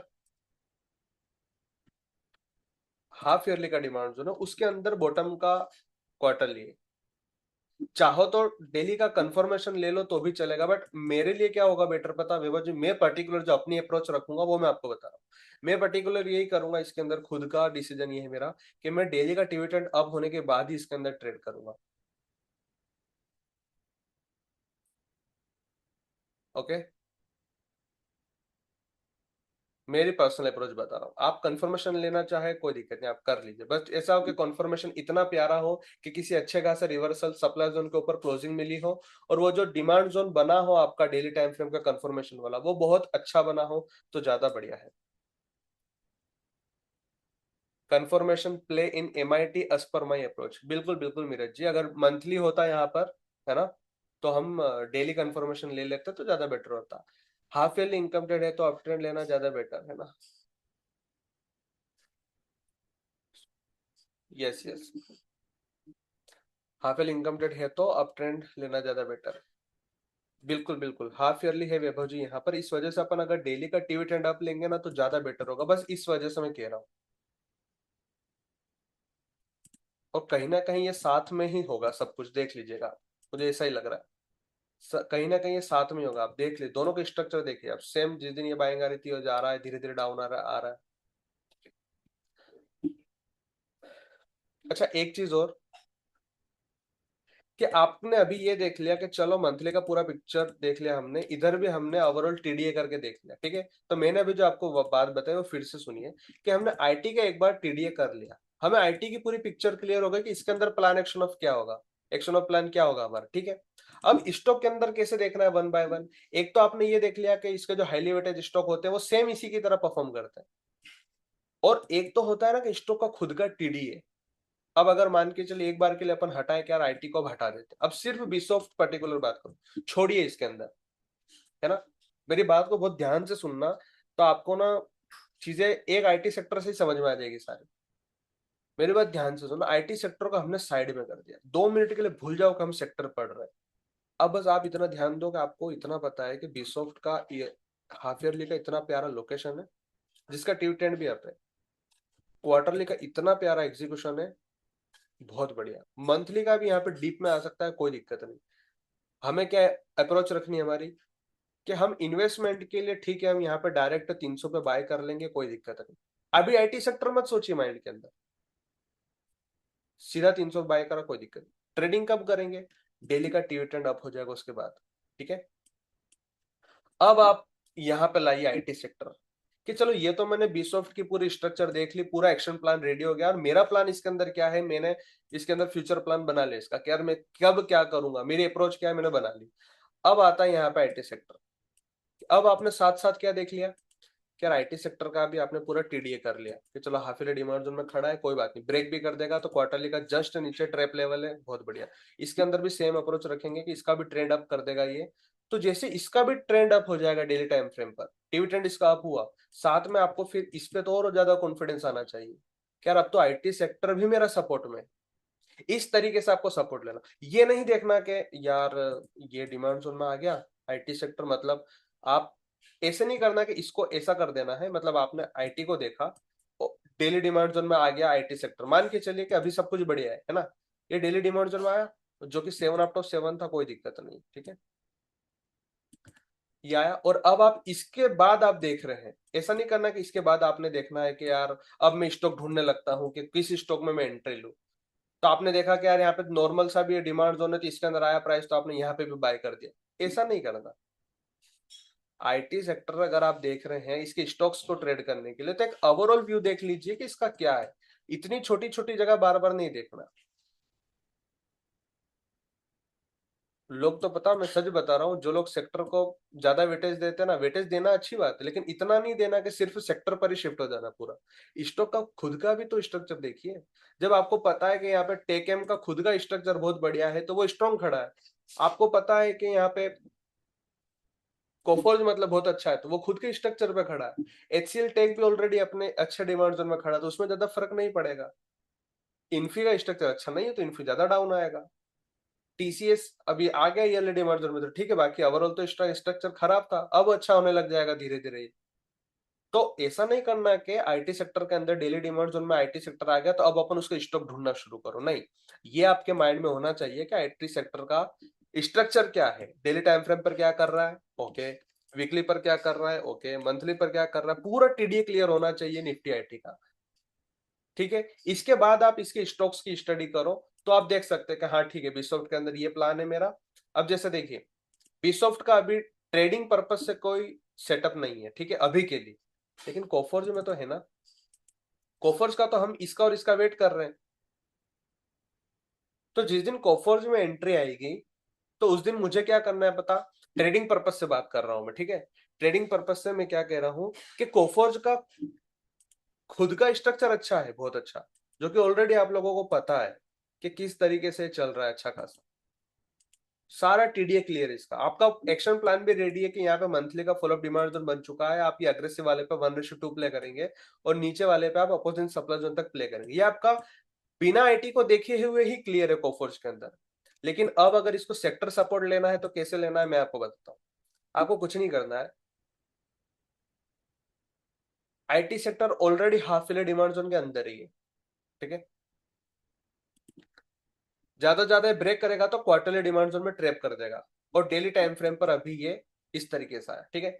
जिस दिन एंट्री अगर आपको कोफर्ज में यहां पर मिल रही, उस दिन देख लीजिए कि आईटी सेक्टर क्या क्वार्टरली को टच कर गया है या यहीं पर खड़ा है, ये क्या कर रहा है, बस आप इतना देख लीजिए। इसमें ज्यादा सेलिंग तो नहीं है। और इसी के साथ साथ सिर्फ आईटी को मत देखिए, आप ये भी देखिए कौन सा स्टॉक्स ऐसा आईटी का है जो ज्यादा प्रॉब्लम दे सकता है आईटी को, कि पूरा ये क्वार्टरली भी ब्रेक कर जाए। और ऐसा अभी तो मुझे कहीं भी नहीं लग रहा है। तो मैं क्या करूंगा कि चाहे आईटी यहाँ पर, आईटी इंडेक्स चाहे यहाँ पर ये और डीप आ जाए, कुछ भी करे, बस मुझे यहाँ पे एंट्री देते वक्त ओवरऑल आईटी के अंदर इतना ज्यादा सेलिंग प्रेशर ना हो, तो भी मुझे चलेगा, कोई दिक्कत वाली बात नहीं मेरे लिए। जस्ट ऐसा है कि अगर आईटी यहां से जिस दिन भी ट्रेंड अप करने के बाद में अगर एंट्री देता तो मुझे यहाँ पे और ज्यादा कॉन्फिडेंस आता। लेकिन अभी मैंने उस दिन भी क्या कहा था कि जिस दिन ये वाला गैप डाउन हुआ था, ठीक है, कितना परसेंट डाउन था उस दिन आईटी, यहां से देखिए आप, कितना डाउन था, 5% डाउन था, ठीक है। आईटी 5% डाउन था, फिर भी इसने एंट्री नहीं दी, कहाँ दी, बस यहीं पर आ गई। अगर ये उस दिन गैप डाउन के साथ यहाँ पे एंट्री देता ना तो मुझे पता था कि गैप डाउन के बाद एक रिकवरी जरूर आती है, ये मेरा 1:2 बहुत इजी से दे देता। तो मुझे आईटी इतना डाउन होने के बावजूद भी मुझे कोफोज में दिक्कत नहीं थी। इस वजह से मेरा आपका स्टार्टिंग से अभी तक कहने का सेंस इतना ही बन रहा है बार बार कि आप ओवरऑल देख लीजिए कि निफ्टी आईटी कर क्या रहा है। इसका टीडीए क्लियर होना चाहिए आपको, लेकिन साथ ही साथ आपका स्टॉक्स भी है ना, उसका खुद का स्ट्रक्चर बहुत सही होना चाहिए। एक बड़ा बड़ा पिक्चर का आइडिया आपको मिल जाएगा कि हाँ अभी स्टॉक 46,000 से 27,000 आ चुका है और 2-3 हजार पॉइंट डाउन आ जाएगा, तो लगभग लगभग आईटी इंडेक्स ही 50% डाउन हो जाएगा। तो कोई दिक्कत नहीं, यहां से जैसे टीवी ट्रेंड अप होगा, अच्छा खासा अपने को कंफर्मेशन मिल जाएगा डेली का टीवी ट्रेंड अप होने के बाद में, तो एक ओवरऑल पिक्चर ये हमारी सेट हो जाएगी कि हाँ अब आईटी के दिन बदल गए। लेकिन ट्रेडिंग पर्पज से आपका खुद का स्टॉक भी अगर सही है तो उसको कॉन्फिडेंस के साथ ही ट्रेड करो। हाँ, अब अगर कोफर्स के साथ में अगर आईटी का कोई daily demand zone, weekly demand zone, monthly, half yearly, quarterly कोई भी अगर सपोर्ट करता है तो कोफर्स को एक्स्ट्रा पावर मिल जाएगी। बस इतना ही ध्यान रखना। जब हमारा स्टॉक एंट्री के पास आता है तब सेक्टर देखना है, राइट। नहीं नहीं, तब नहीं देखना गंगेश, मैं वही चीज आपको समझा रहा हूं कि आपको पहले ही पता होना चाहिए कि आईटी क्या कर रहा है और क्या कर सकता है ज्यादा से ज्यादा। अब आप सोचिए कि जब आपको यहाँ पे एंट्री मिल रही है तो क्या आपका पहले से प्लान क्या है। मैंने अभी वही तो बताया ऐसा करके कि आप हटा दीजिए आईटी को। आपका सिर्फ यही है कि आपको कोफर्स को ही ट्रेड करना है। अब आईटी कुछ भी करे, बस आपको पता है कि यहाँ पे मुझे इसको 1:2 प्ले करना है और नीचे वाले को अपोजिट वीकली सप्लाई जोन तक, फिर भी आपका ये एक्शन प्लान रहेगा, है ना। लेकिन अगर आप सोचे कि आपको जस्ट आईटी का क्लियर हो जाएगा, आईटी का भी ट्रेंड अप हो चुका है डेली टाइम फ्रेम पर, अच्छा खासा हाफ ईयरली को ब्रेक करके क्वार्टरली ट्रेप लेवल से अच्छा खासा बाइंग आ रही है, तो आपको यहाँ पे कॉन्फिडेंस तो आएगा ना। बाय डिफॉल्ट अगर सपोर्ट मिल रहा है इंडेक्स का तो वो बहुत बढ़िया है। अगर आईटी सपोर्ट ना करे, आईटी अगर रुका हुआ भी रहे तो भी तो कोफोर्ज चलेगा। आईटी अगर सपोर्ट ना भी करे, बस रुका रहे एक जगह, ना गिरे ना ऊपर उठे, कुछ ना करे, बस रुका रहे, तो भी मेरा कोफोर्ज चलेगा चलेगा, उसमें कोई दिक्कत नहीं।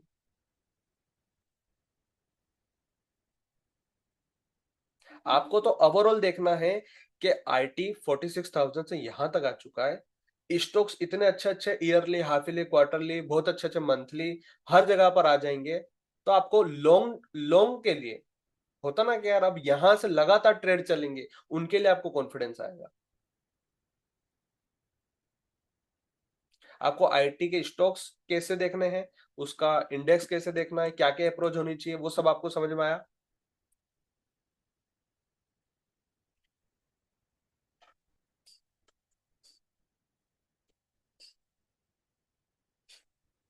बिल्कुल गंगेश, उस वक्त खाली आईटी में सेलिंग नहीं होनी चाहिए, वो भी स्ट्रॉन्ग सेलिंग नहीं होनी चाहिए, और अगर हो भी तो बस वो किसी डिमांड जोन तक हिट कर जाए तो बस उतना ठीक है।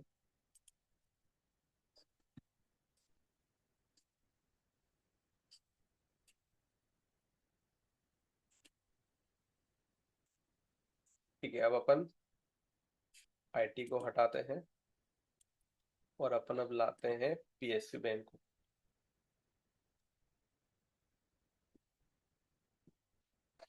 ठीक है, सबसे पहले bank of Baroda.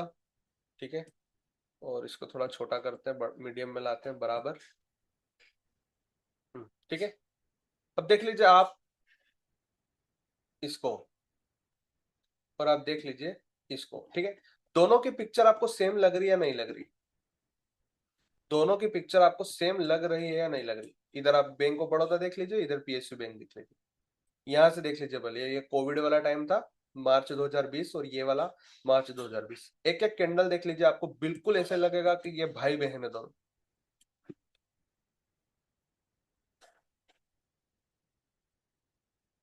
Got it. Pranav कह रहे हैं पूरा मार्केट अगर डाउन है तो कोई एक सेक्टर ऑल टाइम हाई लगा सकता है, मतलब इससे कहना क्या चाह रहे हैं आप। अच्छा, क्वेश्चन कर रहे हैं। हाँ, लगा सकता है, बिल्कुल बिल्कुल लगा सकता है, कोई दिक्कत वाली बात नहीं है। और कोई ऐसा भी तो होता है कि कोई मार्केट अगर डाउन है तो कोई सेक्टर ऑल टाइम हाई लगा सकता है, और मार्केट जब अप भी होता है तो कोई सेक्टर ऐसा है जो लोअर लो भी बनाते जा रहा है। प्रणव, ये चीज भी देखी है ना अपन ने तो। मीडिया के अंदर क्या हुआ था अभी, लास्ट मीडिया जो इतने 2-3 सालों से, मतलब लोग बहुत परेशान हो रहे हैं उसके अंदर, जो भी इन्वेस्टमेंट करे हुए हैं, मीडिया के अंदर क्या हो रहा है, मार्केट अच्छा खासा चल रहा है, मीडिया को कुछ फर्क ही नहीं पड़ रहा था।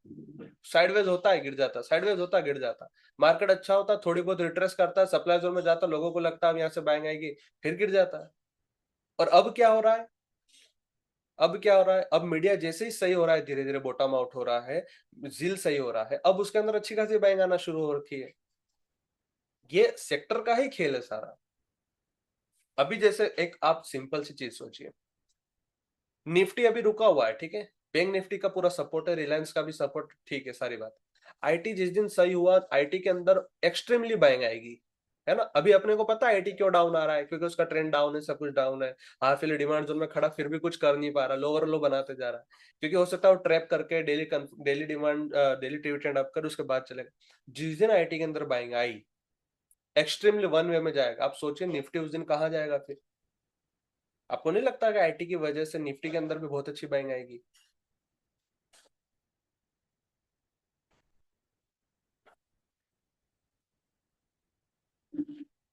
अंडरस्टैंड, बिल्कुल। ओके, चलिए पीएसयू बैंक का फटाफट देखते हैं, फिर और भी देखेंगे अपन। मैं आपको ना बस, मैं किस तरीके से मेरा तरीका होता है सेक्टर को, स्टॉक्स को देखने का, और कैसे चीजें सिंक करती है, कैसे चार्ट को देखना चाहिए, बस मैं वो बताने का ट्राई कर रहा हूँ। थोड़ा सा डीप है, बाकी इतना ज्यादा मैं वेटेज नहीं देता हूँ, मैं सच बता रहा हूँ, बस मुझे ओवरऑल पिक्चर पता होता है कि हाँ हाई टाइम फ्रेम पर क्या कर रहा है इंडेक्स, उसके स्टॉक्स क्या कर रहे हैं, बस मुझे ज्यादा फर्स्ट प्रायोरिटी पे मैं यही रखता हूँ कि खुद का जो स्टॉक हो ना अपना, उसमें ही बहुत अच्छी पावर होनी चाहिए, बस इतना ही बढ़िया है, उससे ज्यादा देखने की जरूरत नहीं होती। चलिए, पीएसयू बैंक का मंथली स्ट्रक्चर आप देख लीजिए, सेम टू सेम लगेगा आपको।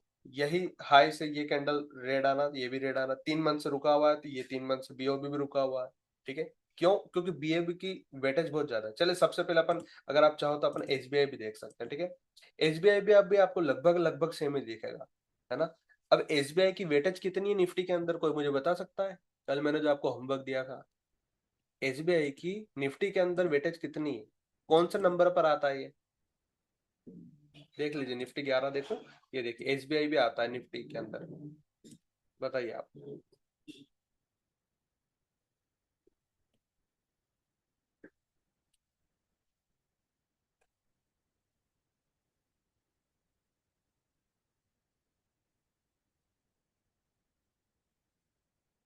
3.71,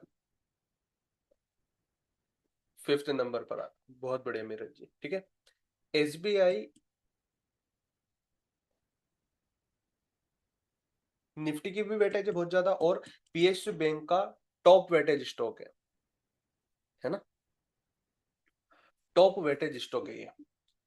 तो एसबीआई के चलने से पीएसयू बैंक में भी सपोर्ट मिलेगा, प्लस निफ्टी में भी मिलेगा, मतलब निफ्टी चलेगा तो एसबीआई को भी सपोर्ट करेगा और पीएसयू बैंक को भी सपोर्ट करेगा, मतलब तीनों चीजें एक दूसरे को कहीं ना कहीं सपोर्ट करेगी।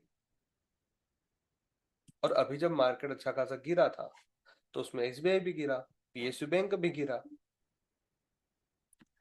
ठीक है, अब स्ट्रक्चर देखिए आप, मंथली टाइम फ्रेम पर ये डिमांड जोन से चला रिकवरी करके, अच्छा ये भी यहाँ से चला अच्छा रिकवरी करके, ये वापस प्रोक्सिमल पे आके फिर चला, तो फिर ये भले ब्रेक करके फिर इसको भी सपोर्ट कर दिया इसने, थोड़ा बहुत ये वापस से गिरा तो ये वापस से रेड कैंडल बना दी, अब उठ रहा है, ये भी उठ रहा है।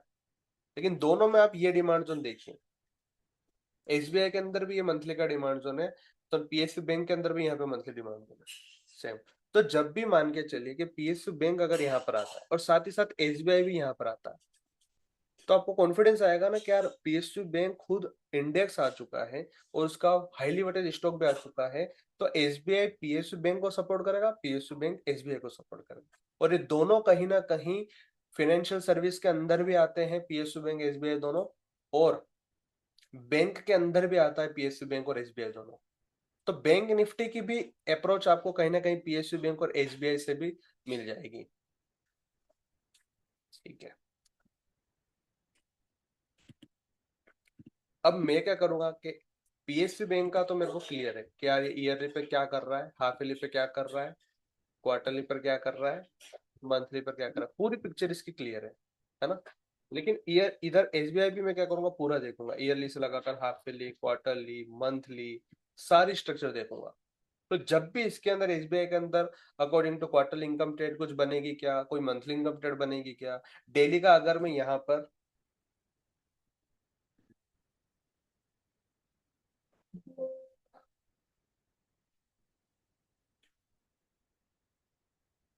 ठीक है, डेली लगाते हैं, अभी डेली का इसका डिविडेंड डाउन है, अगर मेरे को एसबीआई के अंदर अग्रेसिव ट्रेड करना है, ठीक है, अग्रेसिव ट्रेड करना है मुझे, तो मैं क्या चाहूंगा कि डेली का डिविडेंड अप हो जाए, उसके बाद जो भी मतलब रिट्रेसमेंट करके अपने को डिस्काउंट प्राइस पे मिलेगा मैं उसको ट्रेड करूंगा, बस साथ ही साथ क्या देख लूंगा कि पीएसयू बैंक कहीं ना कहीं सप्लाई जोन में तो नहीं है, या ऐसा तो नहीं है कि वो बहुत तेजी से डाउन आ रहा है, या वो हो सकता है वो डिमांड जोन तक आ जाए, अप्रोच क्या बता रही पीएसयू बैंक की।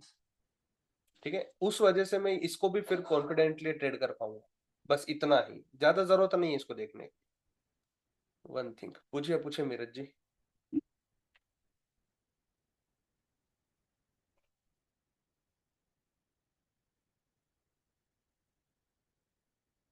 एसबीआई देख लिया, बीओ भी देख लिया, कैनरा बैंक देख लेंगे अभी।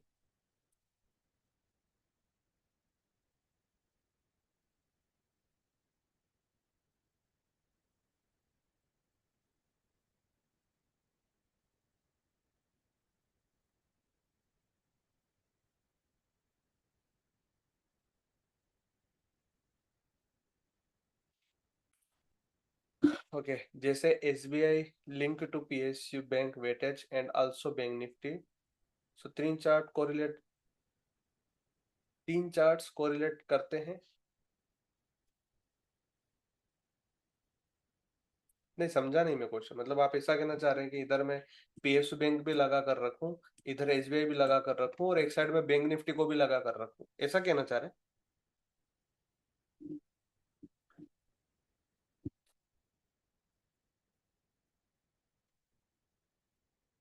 नहीं, देखना हो तो देख सकते हैं ना, उसमें यहीं से देख लीजिए। आप चार्ट लगाने की क्या जरूरत है?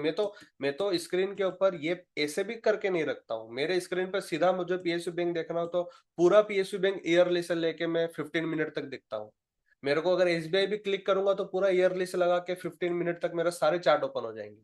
मैं ऐसा कभी नहीं करता हूँ कि मैं एक साइड PSU बैंक लगा कर रखूं, एक साइड SBI लगा कर रखूं। मुझे ऐसा जरूरत ही नहीं है। समझे आप बात को? आप ऐसा मत सोचिए, कोई भी लोग आप में से एक भी स्टूडेंट ऐसा ना सोचे कि मैं हमेशा लगा के रखता हूँ कि ये क्या कर रहे हैं। मैं तो निफ्टी तक ओपन करके नहीं देखता हूँ। मुझे बस क्या चाहिए बता, कि मुझे SBI का ओवरऑल TDA क्लियर है, ओके, हटाओ SBI को साइड में।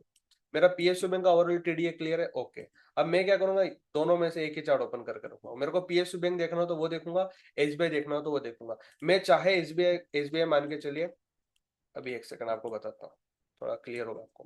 मान के चलिए SBI इस डिमांड जोन पर आया, ठीक है, इस डिमांड जोन पर SBI आया, ओके। अब मुझे यहाँ पे SBI को बाय करना है, डायरेक्ट बाय करना है, ठीक है। सिर्फ एक सिंपल सी अप्रोच सुनिए मेरी, कि मुझे SBI का ये डिमांड जोन डायरेक्ट बाय करना है, कुछ भी नहीं करना मुझे। पूरा इसका TDA अलाउ कर रहा है कि हाँ आप यहाँ पे आप बाय कर सकते हैं शॉर्ट टर्म इन्वेस्टमेंट के लिए, कोई दिक्कत नहीं है। बस अब मैं क्या करूंगा, मैं एक बार इसको हटाऊंगा साइड में, और PSU बैंक लगा लूंगा, और देख लूंगा कि यार PSU बैंक भी मतलब क्या इस डिमांड जोन पे यहाँ पे कहाँ पे सिंक कर रहा है क्या? कर रहा है तो बहुत अच्छी बात है, कोई दिक्कत नहीं, मेरा क्लियर हो गया कि हाँ मुझे यहाँ पे बाय करना चाहिए बस। मेरा सेक्टर भी यहाँ पे सपोर्ट करेगा, बस इतना ही, और ज्यादा कुछ भी नहीं। मुझे अगर चाहिए कि SBI मतलब इस क्वार्टरली डिमांड जोन में आ जाए तो ठीक है, आ जाएगा। उसके बाद मैं देख लूंगा कि कहीं ना कहीं ये भी क्वार्टरली में आ जाएगा, चाहे यहाँ पर आए। जैसे मान के चलिए, दो हॉरिजॉन्टल लाइन देता हूँ, ठीक है। PSU बैंक यहाँ पर हिट कर जाए, और SBI यहां पर हिट कर जाए इस वीक टू वीक पर, ठीक है। अब PSU बैंक इस क्वार्टरली डिमांड जोन से चलेगा, और SBI इस क्वार्टरली डिमांड जोन से चलेगा, तो दोनों एक दूसरे को सपोर्ट करेंगे। अब जरूरी थोड़ी ना कि अगर मान के चलिए कि SBI अगर यहां तक आए, इस वाली बेस तक, ये वाली बेस तक, तो मैं ऐसा थोड़ी चाहूंगा कि नहीं इसको यहां पर नहीं, यहां पर आना चाहिए था। मैं इसका वेट थोड़ी ना करने बैठूंगा यहाँ पर PSU बैंक का, कि नहीं PSU बैंक के बॉटम वाली बेस कैंडल तक आए तभी मैं SBI में बाय करूंगा। नहीं, मुझे इतना चाहिए कि भैया मेरा ओवरऑल SBI का स्ट्रक्चर क्लियर है। मुझे पता है कि मेरे को यहाँ पे मंथली डिमांड जोन पे बाय करना है, ओके। अब यहाँ पे भले PSU बैंक इस क्वार्टरली डिमांड जोन पे सपोर्ट दे, या नीचे वाले पे सपोर्ट दे, मुझे चाहिए कि बस सपोर्ट मिल जाए इसका।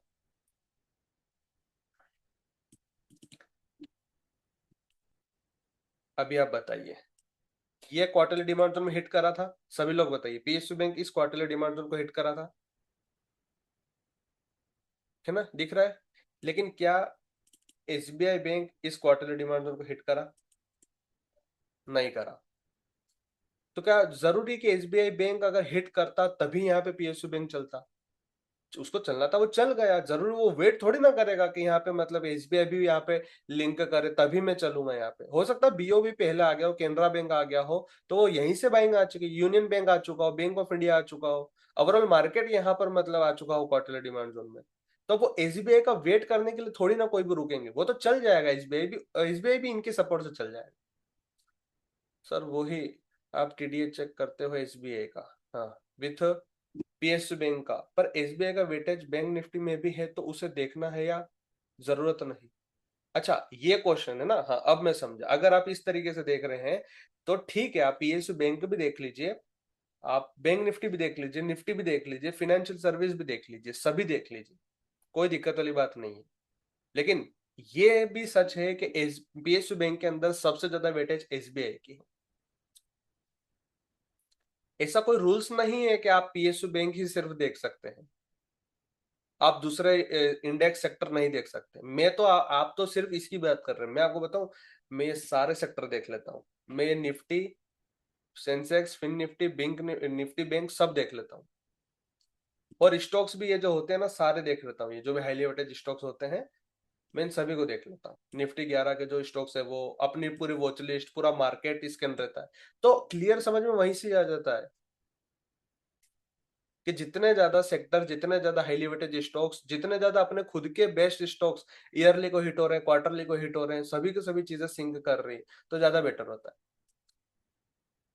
ठीक है, अब यहाँ पे ये PSU bank quarterly demand zone को हिट करा, लेकिन ये यहाँ पे हिट नहीं करा तो कोई दिक्कत नहीं। हमारा तो प्लान था ना कि मान के चले आपको यहाँ पे बाय करना था 645 पे, और आपको ये भी था कि चलो अगर ये यहाँ पर इसको सपोर्ट कर देगा तो ये भी यहाँ से बहुत अच्छे से चलेगा। ठीक है, अब ये 645 पे आपको बाय करना था, क्या आप बाय कर पाए? यहाँ पे नहीं कर पाए। तो इसका मतलब ये थोड़ी ना कि पीएसयू बैंक ने सपोर्ट कर दिया चलो इसको यहीं पर बाय कर लो, ऐसा थोड़ी ना होगा कभी भी। अगर कर देता सपोर्ट तो बहुत अच्छा होता है, कोई दिक्कत वाली बात नहीं थी, बट हमें एंट्री नहीं मिली, एंट्री मिस करके चले गया, कोई दिक्कत नहीं। आप इसको देखिए बीओबी को, जब ये प्राइस 25, ठीक है ये 25, जब ये हाफ ईयरली पे देखिए इस according half yearly demand zone को हिट कर गया और पीएसयू बैंक क्वार्टरली को हिट कर गया, तो देखिए कितना अच्छा बाइंग आया यहाँ पर। यहाँ पर मंथली देखिए, ये वो वही वही मंथली है। ठीक है, यहाँ पर देखिए मंथली पर कौन सा मंथ है ये कौन सा मंथ है? फरवरी 2025। ये कौन सा है? फरवरी 2025। क्या पीएसयू बैंक यहाँ को, यहाँ पे इस, ये तो इसका विक टू विक भी मार्क कर लीजिए, क्या इस मंथली डिमांड जोन के विक टू विक को भी प्राइस टच करा? नहीं करा, सिर्फ क्वार्टरली का सपोर्ट मिल गया। पीएसयू बैंक ने क्वार्टरली को सपोर्ट करा और यहाँ पर बैंक ऑफ बड़ौदा ने proper half yearly demand zone, उसके अंदर प्रॉपर ये मंथली का ड्रॉप बेस रैली रैली वाला डिमांड इसको हिट कर गया। तो ये हाफ ईयरली और मंथली को टच करा बैंक ऑफ बड़ौदा, तो ये यहीं से रिकवर कर गया पूरा, और ये सिर्फ क्वार्टरली में टच करा, मंथली में टच नहीं करा, तो ये भी चल गया। जरूरी थोड़ी ना कि अब यहाँ पे पीएसयू बैंक पूरा इधर अगर डिप में आ रहा है तो इधर भी डिप में है, नहीं। सपोर्ट ऐसे ही लेते हैं हम कि हमारा ओवरऑल, जैसे मान के चलिए अपना बैंक ऑफ बड़ौदा में ये क्लियर था कि अपने को ये हाफ ईयर इनकम टेट करनी है। ठीक है, एक बार के लिए आप क्लियर करना माइंड के अंदर कि अपने को हाफ ईयर इनकम टेट करनी है, उसका ये मंथली का ये डिमांड जोन ट्रेड करना है आपको। ठीक है, अब आपको क्या चाहिए कि ये आपको पता है कि मार्केट में ओवरऑल सेलिंग है, आपको पता है सेलिंग है। ठीक है, अब यहाँ पर ये आपने मंथली डिमांड जोन यहाँ पे मार्क करके रखा है, इसको मार्क कर लेता हूं मैं। वीक टू वीक भी चलो आपने मार्क करके रखा कि ठीक है, अगर ये एंट्री देते वक्त अगर ये पीएसयू बैंक भी इस मंथली डिमांड जोन को हिट कर जाए तो ज्यादा बढ़िया है, लेकिन जरूरी नहीं कि सिर्फ मंथली करे, अगर ये क्वार्टरली भी कर जाएगा तो भी आपका सेक्टर सपोर्ट माना जाएगा। अगर आपको बीओबी के अंदर ये हाफ ईयरली इनकम टेट करनी है और आपको पता है कि ये एंट्री दे चुका है, आपका फिक्स प्लान था कि यहाँ पे आएगा तो आपको बाय करना है, लेकिन सेक्टर सपोर्ट इसमें अगर मिल जाए तो ज्यादा बढ़िया बात है, तो मिल जाएगा, मिल गया ना यहाँ पे कि हाँ क्वार्टरली में आ गया, ये कोई दिक्कत वाली बात नहीं है। अब बिंदास चले गए यहाँ से, कॉन्फिडेंस यहीं पर आ जाना चाहिए।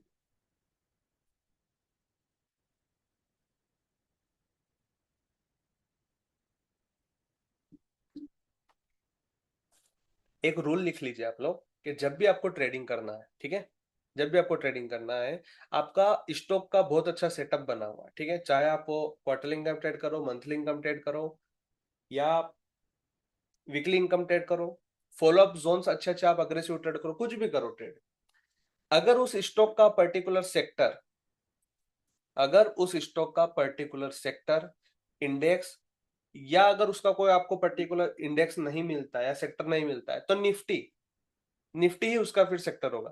तो वो, जैसे आपका अगर मंथली इनकम ट्रेड है तो आप डेली पे एग्जीक्यूशन लेंगे, तो जब आपको एग्जीक्यूशन मिल रहा है उस दौरान अगर आपको उसका सेक्टर या निफ्टी सेम टाइम फ्रेम पर यानी डेली टाइम फ्रेम पर सपोर्ट करे, या वीकली टाइम फ्रेम पर सपोर्ट करे, या मंथली टाइम फ्रेम पर सपोर्ट करे, या क्वार्टरली टाइम फ्रेम पर सपोर्ट करे, एग्जीक्यूशंस का सिमिलर टाइम फ्रेम या उससे बड़े टाइम फ्रेम पर अगर मार्केट सपोर्ट करता है, उसका पर्टिकुलर सेक्टर सपोर्ट करता है, तो वो एक हमारे पास एक्स्ट्रा एडवांटेज रहेगा, एक एक्स्ट्रा कॉन्फिडेंस आना चाहिए वहां पे कि हाँ ये बहुत अच्छे से वर्क कर सकते हैं। बस ट्रेडिंग के लिए इतना ही रूल है, समझ में आया?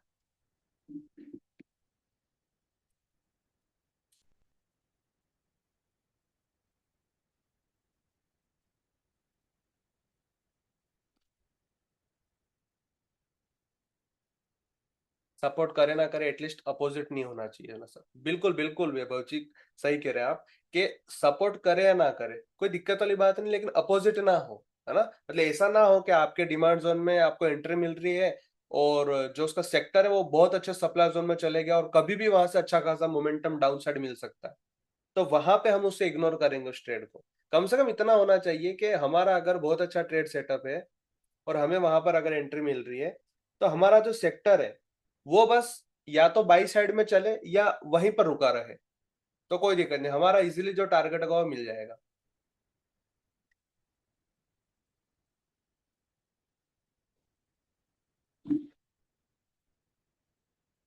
Clear clear. अगर सेक्टर या इंडेक्स सपोर्ट ना करे तो निफ्टी के सपोर्ट से वी कैन प्ले।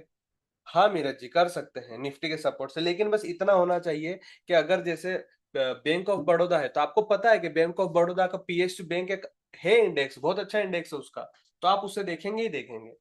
लेकिन अगर कोई ऐसा स्टॉक है मार्केट के अंदर, हो सकता है कोई स्मॉल कैप हो या आपका कोई मिड कैप का स्टॉक हो जिसका पर्टिकुलर कोई सेक्टर नहीं है, तो उसके लिए आप क्या कर सकते हैं, आप निफ्टी देख लीजिए कि निफ्टी सेलिंग प्रेशर से तो डाउन नहीं आ रहा है। जैसे मैं आपको बताता हूँ, अपन ने लगा लिया इधर एक साइड एडलवेस लगा लिया, ठीक है। आपने एडलवेस लगा लिया, आपको यहाँ पे ट्रेड करना है, एडलवेस आएगा तो ठीक है। और एक साइड है आपका निफ्टी, ठीक है। अब एडलवेस मान के चलिए यहां पर खड़ा है, ठीक है। एडलवेस जिस दिन भी यहाँ पे एंट्री देगा, अब ये निफ्टी या तो यहाँ डिमांड जोन में हो या इस डेली डिमांड जोन में हो या वीकली डिमांड जोन में हो, कहीं पर भी हो, आपको कॉन्फिडेंस बरकरार रखना है कि आपको एडलवेस यहाँ पे ट्रेड करना ही करना है, ठीक है। बस ऐसा हो कि एडलवेस आपका यहाँ पे एंट्री दे दी और ये निफ्टी इस सप्लाई जोन में खड़ा हो अच्छा खासा, जैसे अभी के इस सप्लाई जोन में खड़ा, तब आपको थोड़ा सा देखना चाहिए कि हाँ इसमें कुछ कमी तो नहीं है, मतलब मेरा सेटअप अगर बहुत बढ़िया है तो क्या कुछ और तो कमी नहीं है इसके अंदर। क्योंकि होगा क्या पता, कि अगर ये सप्लाई जोन में निफ्टी गया या फिर मार्केट ही ओवरऑल बहुत अच्छे सप्लाई जोन में गया, है ना, मान के चलिए कि जब ये यहां पर था, ठीक है, ये यहां पर था जब इस वीकली सप्लाई जोन में गया, इस दौरान आप देखिए कि निफ्टी धीरे धीरे डाउन आ रहा है ना, तो इस दौरान हो सकता है कि आपका अगर ये यहाँ पे एंट्री दे और ये इधर सप्लाई जोन में हिट कर जाए और आपको लग रहा है कि नहीं मार्केट में सेलिंग प्रेशर आ सकता है, तो चांस थोड़े से तो बढ़ जाएंगे ना कि यार ये हो सकता है इतना स्पीड से टारगेट ना दे, रुका रह सकता है और अल्टीमेटली अगर थोड़ा बहुत भी सेलिंग आया तो ये ब्रेक कर जाएगा, और इसको ब्रेक करके हो सकता है कि ये इस वीकली डिमांड जोन को ब्रेक करके किसी पिछला वीकली डिमांड जोन को हिट करके फिर प्राइस चले। बस इतना ही देखना है। तो आपको देखना कैसे है इसको, कि सिंपल सा है, जब आपको एंट्री मिल रहा है बढ़िया, उस वक्त ओवरऑल मार्केट का स्ट्रक्चर आपको क्लियर होना चाहिए। जैसे मैं आपको बताऊं कि जब ये सेलिंग पूरी आ चुकी थी, आने के बाद जैसे ही ये हिट कर गया यहाँ पर, है ना, डाउन आ गया, मतलब कि 22,500 के आसपास आ गया, अब आपका जो भी स्टॉक बहुत अच्छा था, जो भी स्टॉक आपका बहुत अच्छा था, आपको आपको उसके अंदर बिंदास लॉन्ग ट्रेड लेनी थी। और वो लॉन्ग ट्रेड कब तक, जब तक ये वीकली सप्लाई जोन तक प्राइस चले गया तब तक अग्रेसिवली बाइंग आ रही थी, तो ठीक है अच्छा खासा चला। जैसे ही वीकली सप्लाई जोन में प्राइस गया, अब थोड़ी जो ट्रेड्स थी उसको बुक कीजिए, और डाउन आ रहा है तो आने दीजिए। इस डाउन के अंदर भी जब जब ये डाउन आ रहा था ना निफ्टी यहाँ से, तो जब जब डाउन आ तो डाउन आता है, तो ये जो रुका हुआ है प्राइस, है ना, ये जैसे देखिए 1 2 3 4 5 दिन रुका हुआ है, 5 दिन रुका हुआ है, लेकिन सप्लाई जोन में भले रुका हुआ है कोई दिक्कत नहीं, आपके बेस्ट स्टॉक्स होंगे ना वो फिर भी चलेंगे। अब स्टॉक्स कब नहीं चलते पता, जैसे ये यहाँ पे फिर भी चल गया 1 2 3, अब 3 दिन तक लगातार सेलिंग है निफ्टी के अंदर, इसकी वजह से कहीं ना कहीं दूसरे स्टॉक, दूसरे इंडेक्स, दूसरे सेक्टर भी कहीं ना कहीं प्रेशर में रहेंगे, मिड स्मॉल के भी प्रेशर में रहेंगे, उस वक्त आपका कोई ऐसा डिमांड जोन है, मान के चलेगा आपने इसको यहाँ पे भी ट्रेड करा, ठीक है, और 3 दिन इधर निफ्टी में सेलिंग है, तो आपका ये इजिली स्टॉप लॉस हो जाएगा। और जैसे ही मार्केट डाउन आया कहीं पर भी, ये भले बिना डिमांड जोन के भी रुक गया ना, और ये स्टॉक आपका यहां से इस नॉर्मल डिमांड जोन में या इस नॉर्मल डिमांड जोन में भी खड़ा हुआ दिखा, तो यहीं से ही चले जाएगा। समझ में आई बात। वापिस से ये रुका कितने, 3 4 5 6 दिन तक रुका होगा, 1 2 हफ्ते के लिए। इस दौरान जो जो अच्छे स्टॉक्स होंगे वो सभी टारगेट दिए होंगे, जो आपने पहले से डिसाइड कर रखा है अपने स्टॉक के अंदर कि मेरे को 1:2 लेना है अग्रेसिव लेवल पे, कंजर्वेटिव लेवल पे मेरे को अपोजिशन सप्लाई जोन तक देखना है, या 1:3 लेना है, वो सभी टारगेट देंगे ऐसी जगह पे। लेकिन जैसी वापस से सेलिंग आएगी, तो फिर वो थोड़ा सा प्रॉब्लम क्रिएट कर सकता है। अच्छा बताइए, क्रम्पटन अपने को एंट्री मिली, क्रम्पटन एंट्री मिलने के साथ साथ जब ये चल रहा था अच्छा खासा चला, आज थोड़ा सेलिंग प्रेशर आया तो क्रम्पटन रुक गया ना एक पल के लिए, वरना उसमें क्या प्रॉब्लम था, तो लगातार जा रहा था अच्छा खासा, बेस बनाते बनाते ऊपर ही जा रहा था। आज सेलिंग प्रेशर आया तो हल्का रुक गया ना, तो 1:3 पे कुछ क्वांटिटी हमने बुक कर ली पहले ही, क्योंकि हमें हमें समझ में आ गया। तो उस दिन भी जब मैंने क्लास ओपन करी थी इस दिन, है ना, तो वहां से क्लियर, इस दिन जब थे, इस दिन या इस दिन पता नहीं मेरे को, ये चार्ट लगा हुआ था आपकी स्क्रीन पे उस दिन, अपने को पता था यहाँ से एक रिएक्शन डाउन साइड में मिल सकता है।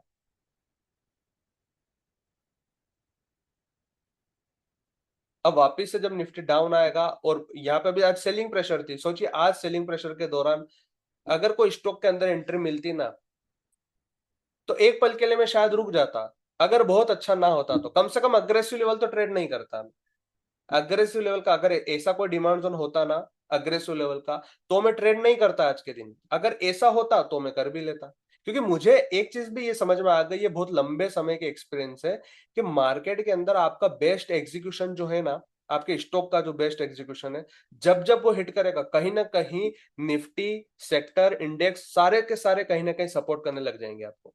ये आप देख लीजिएगा, एक टाइम के बाद आपको बस कितना रहेगा पता, आपने निफ्टी देख लिया ओवरऑल, ठीक है, आप निफ्टी ऐसे कर देंगे, मतलब लगा हुआ ही नहीं रहेगा आपके चार्ट में, मेरे चार्ट पे कभी भी लगे हुए नहीं रहते ये सब,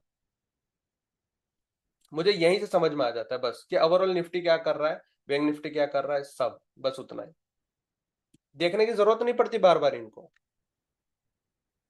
अभी जैसे मान के चलिए कि आप मार्केट के अंदर बैठे हैं, ठीक है, आप काम कर रहे हैं, आपको पता है कि आपके अलर्ट बज गए हैं कि आपको एडलविस के अंदर यहाँ पे अगर एंट्री मिल रही, आप एंट्री मिली, आपने देख लिया कि निफ्टी कहाँ चल रहा है, अच्छा 23,800 चल रहा है, ओके ठीक है, आप अग्रेसिव वाला ट्रेड नहीं लेंगे, कंजर्वेटिव पे आया, आपको पता चल गया कि 23,800 से ऑटोमेटिकली जब ये एडलविस यहाँ पर आएगा, और आपको पता चल गया कि निफ्टी 23,800 चल रहा था, लेकिन अभी जब एंट्री यहाँ पर आ रहा है एडलविस के अंदर, निफ्टी आपका दिख रहा है आपको कि 22,000 या 22,200 या 22,300 के आसपास, या 23,000 पूरा टच कर गया, तो आपको आपको तो दिमाग में पहले से पता है ना कि निफ्टी का तो 23,000 वाला वो लेवल है जहां पे डेली डिमांड जोन है, और वो डेली डिमांड जोन निफ्टी के अंदर हिट हो चुका है। अब आप एडलविस को यहाँ पे कॉन्फिडेंस के साथ ट्रेड कर सकते हैं,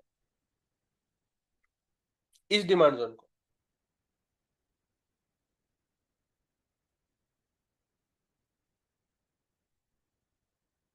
अगर एडलविस बिना क्लोजिंग के आया तो हम तो नीचे वाले डिमांड जोन को भी ट्रेड ट्रेड नहीं ट्रेड करेंगे, राइट, हाँ बिल्कुल, अभी इसको ट्रेड नहीं करना है, मैं जस्ट एक एग्जांपल पर्पस से बता रहा हूँ कि भले इसकी क्लोजिंग मिल जाती ना, और ये हमारा फाइनल रहता पहले से कि मुझे एडलविस ट्रेड करना है, अभी तो क्लोजिंग नहीं मिली, बट मैं कह रहा हूँ क्लोजिंग मिलने के बाद अगर आएगा जब भी, तो अपन इसको करेंगे क्लोजिंग के बाद। तो जब भी क्लोजिंग यहाँ पे मिल जाएगी और जब भी एंट्री मिलेगी यहाँ पर, तो उस वक्त तो मुझे निफ्टी को बार बार देखने की जरूरत नहीं है, मुझे डरने की जरूरत नहीं है निफ्टी से या किसी भी इंडेक्स या सेक्टर से, मुझे बस ओवरऑल पता होना चाहिए कि निफ्टी मेरा क्या कर सकता है, कहाँ जा रहा है।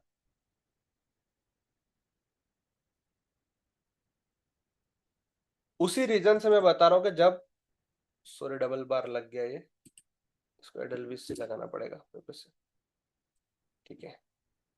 देखिए, इस दिन भले क्रॉम्पटन के अंदर एंट्री मिल चुकी थी अपने को, भले वीकली डिमांड जोन और डेली डिमांड जोन वाला 23,000 वाला लेवल पर निफ्टी नहीं आया, तो क्या क्रॉम्पटन का एंट्री आएगा तो मैं नहीं लूंगा, लूंगा ना, क्योंकि मुझे पता है कि भले यहाँ पर रुका हुआ प्राइस, लेकिन क्या कोई सप्लाई जोन में तो नहीं है ना, अगर इस सप्लाई जोन में होता तो हम एक पल के लिए रुक जाते, लेकिन ऑलरेडी डिमांड जोन के पास में ही था, कभी भी हिट हो सकता है और सपोर्ट मिल जाएगा मार्केट को। तो इस डर से कि यार निफ्टी अभी डेली डिमांड जोन में नहीं आया, जब तक ये नहीं आएगा निफ्टी, तो मैं अपने स्टॉक में ट्रेड नहीं करूंगा, ऐसा थोड़ी ना है। बस आपको ये पता होना चाहिए कि निफ्टी डाउन साइड में है या अप साइड में, किसी सप्लाई जोन में तो नहीं है।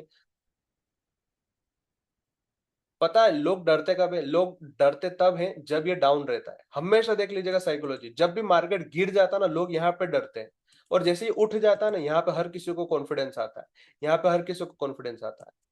जब गिर जाता है तब सब डरते हैं, लेकिन जैसे ही 3-4 दिन के लिए मार्केट सही होता है, आपके बहुत बेहतरीन वाले स्टॉक्स जिनमें आपका प्री प्लान है कि आप बाय करेंगे, उनके टारगेट मिल जाते हैं, और जब वापस टारगेट मिलता है वो लोग वापस से कॉन्फिडेंस उनमें आता है, मार्केट फिर गिर जाता है। और ये सर्कल इतना खतरनाक बना हुआ है, निफ्टी ने इतना कंफ्यूज करा हुआ है लोगों को, कि लोग निफ्टी को देख देख कर ही परेशान हो जाते हैं। और एक साइड अपन है, अपन अपने स्टॉक पर ही इतना ज्यादा ट्रस्ट करते हैं, इतना अच्छा स्टॉक्स का ही अपना सेटअप बढ़िया होता है कि हमें किसी और चीजों को देखने की जरूरत नहीं पड़ती। बस एक ओवरऑल स्ट्रक्चर पता होना चाहिए कि निफ्टी क्या कर रहा है। अगर एडलविस यहाँ एंट्री दी और निफ्टी मुझे यहाँ कहाँ दिख गया, मैं बिंदास बाय करूंगा, मेरे को कोई दिक्कत नहीं है। लेकिन एडलविस अगर यहाँ खड़ा होता और निफ्टी सप्लाई जोन में, तो मैं एक पल के लिए रुक जाऊंगा, क्योंकि कभी भी निफ्टी में सेलिंग आ सकती है, एडलविस मेरा स्टॉप लॉस हो सकता है। बस इतना सा, इससे ज्यादा कॉम्प्लिकेटेड मैं बनाता ही नहीं कभी भी। सर निफ्टी के सपोर्ट के साथ ही बेस्ट ट्रेड सेटअप को ट्रेड करना है? नहीं, बिल्कुल नहीं। निफ्टी का ओवरऑल व्यू पता होना चाहिए प्रणव, मैं ये कह रहा हूँ। निफ्टी का सपोर्ट से हम हमारे ट्रेड सेटअप को ट्रेड नहीं करेंगे। हमारा ट्रेड सेटअप ऑलरेडी बढ़िया है। निफ्टी को चाहे आप देखिए चाहे ना देखिए, बट बेटर ये रहेगा कि अगर आपको बैक ऑफ माइंड में पता है कि हाँ निफ्टी भी कहीं ना कहीं सपोर्ट कर ही जाएगा, तो बस आप आपके ट्रेड को एज इट इज आगे कैरी फॉरवर्ड करो और उसको ट्रेड करो। जरूरी नहीं है कि निफ्टी का सपोर्ट मिले ना मिले, बस इतना है कि निफ्टी अच्छे खासे सप्लाई जोन में ना चले गया हो, बहुत अच्छी बाइंग ना आ गई हो। बस इतना ध्यान रखना कि जो मूवमेंट आपकी स्टॉक के अंदर आनी चाहिए थी, वो मार्केट चलते वक्त नहीं आई। अब जब मार्केट गिर रहा है तो कहीं ना कहीं आपका एसएल ना खा जाए बस। निफ्टी सेलिंग में है, एसएल होने के चांसेस ज्यादा होंगे। बिल्कुल बिल्कुल। लेकिन निफ्टी सेलिंग में इसका मतलब ये है कि अगर निफ्टी सेलिंग में, लेकिन आपको पता है कि सेलिंग अब खत्म होने वाली, मतलब कहीं ना कहीं डिमांड जोन में आने वाला है निफ्टी, तब भी डरने की जरूरत नहीं है, क्योंकि आपको पता होना चाहिए कि अब सपोर्ट कर जाएगा मार्केट, तो आप आपके ट्रेड एज इट इज कीजिए।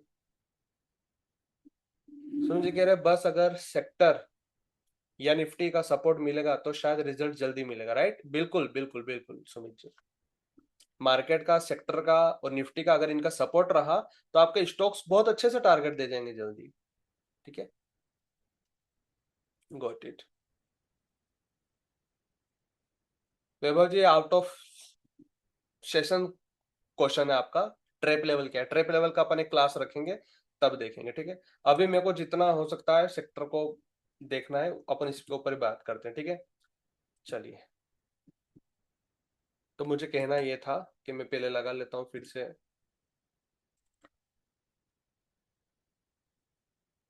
ये सुने। बिल्कुल बिल्कुल वैभव जी, बता देंगे बता देंगे, कोई दिक्कत वाली बात नहीं है उसमें। ठीक है, बीओ भी देख लिया और पीएसयू बैंक, बराबर सेम स्ट्रक्चर लग रहा है। अब बैंक इंडिया देख लेते हैं। देख लीजिए, ये भी सेम स्ट्रक्चर है। कैनरा बैंक देखिए, सेम स्ट्रक्चर है, कुछ अलग नहीं है।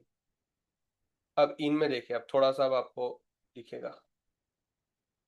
सॉरी सॉरी, बार बार पीएसयू बैंक हट जाता है, सेंट्रल बैंक। ठीक है, अब देखिए ये क्या हुआ।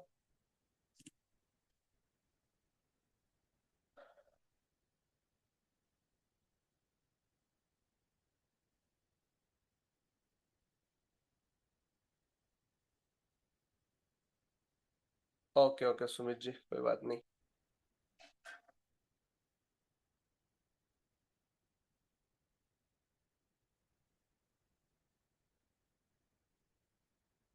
ठीक है, इसमें क्या हो रहा है, देखिए इसको सब डिलीट करते हैं अपन एक बार।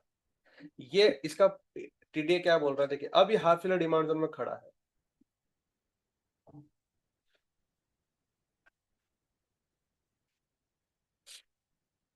शिट यार, आप लोगों को स्क्रीन दिख रही है?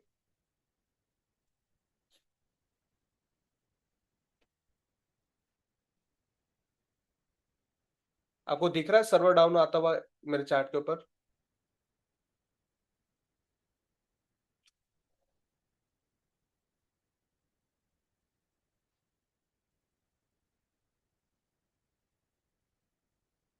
बार बार सर्वर जा रहा है आ रहा है, बहुत दिक्कत आ रही है।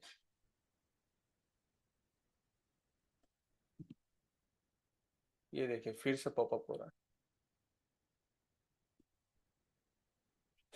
देखिए लॉगिन करना पड़ेगा वापस से।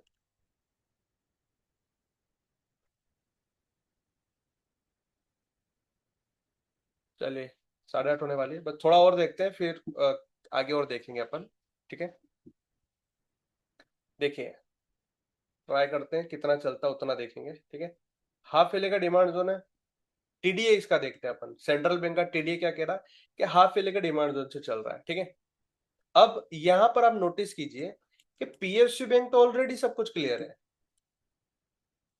पीएसयू बैंक ऑलरेडी सब कुछ क्लियर है, सब कुछ बढ़िया चल रहा है, इसके अंदर कोई दिक्कत नहीं, अच्छे से ट्रेंड अप है, सब कुछ बढ़िया तरीके से चल रहा है। फिर भी सेंट्रल बैंक कहाँ खड़ा है, हाफ फेलियर में खड़ा है। आप सेंट्रल बैंक देख लीजिएगा, आप आईओबी देख लीजिएगा, आप पीएस भी देख लेना, आप यूको बैंक देख लेना, ये चार स्टॉक ऐसे हैं, कौन कौन से, यूको, आईओबी, सेंट्रल और पीएसबी, ये चारों ऐसे हैं जो आपने इनकी वेटेज देखी थी, आपने इनकी वेटेज देखी थी ना, कल कल हमने क्या देखा था कि BOB, bank India, Canara bank, Indian bank, Mahabank, PNB, SBI और यूनियन बैंक, इन सब की अच्छी खासी वेटेज थी पीएसयू बैंक के अंदर, ठीक है। लेकिन वेटेज किसकी नहीं थी, वेटेज किसकी नहीं थी, बहुत ज्यादा कम किसकी थी, यूको की थी, आईओबी की थी, सेंट्रल बैंक और पीएसबी की, ये चारों की बहुत बहुत कम वेटेज थी, ना के बराबर। मतलब इन चारों को भी मर्ज कर दिया जाए तो शायद ही ये महाबैंक की वेटेज कवर कर पाए, या ये बैंक इंडिया की वेटेज कवर कर पाए, इतने छोटे थे, ठीक है। तो दिक्कत ये है इसमें, मतलब दिक्कत नहीं कहना चाहिए, मतलब ये है कि पीएसयू बैंक तो बढ़िया है, कोई दिक्कत नहीं है, लेकिन इनका स्ट्रक्चर अभी सही नहीं हुआ है। बस ये क्या है कि ये हायर हायर टाइम फ्रेम के अंदर हिट हो चुके हैं, बस ये कंसोलिडेशन का इनका ट्रेंड अप नहीं हुआ है।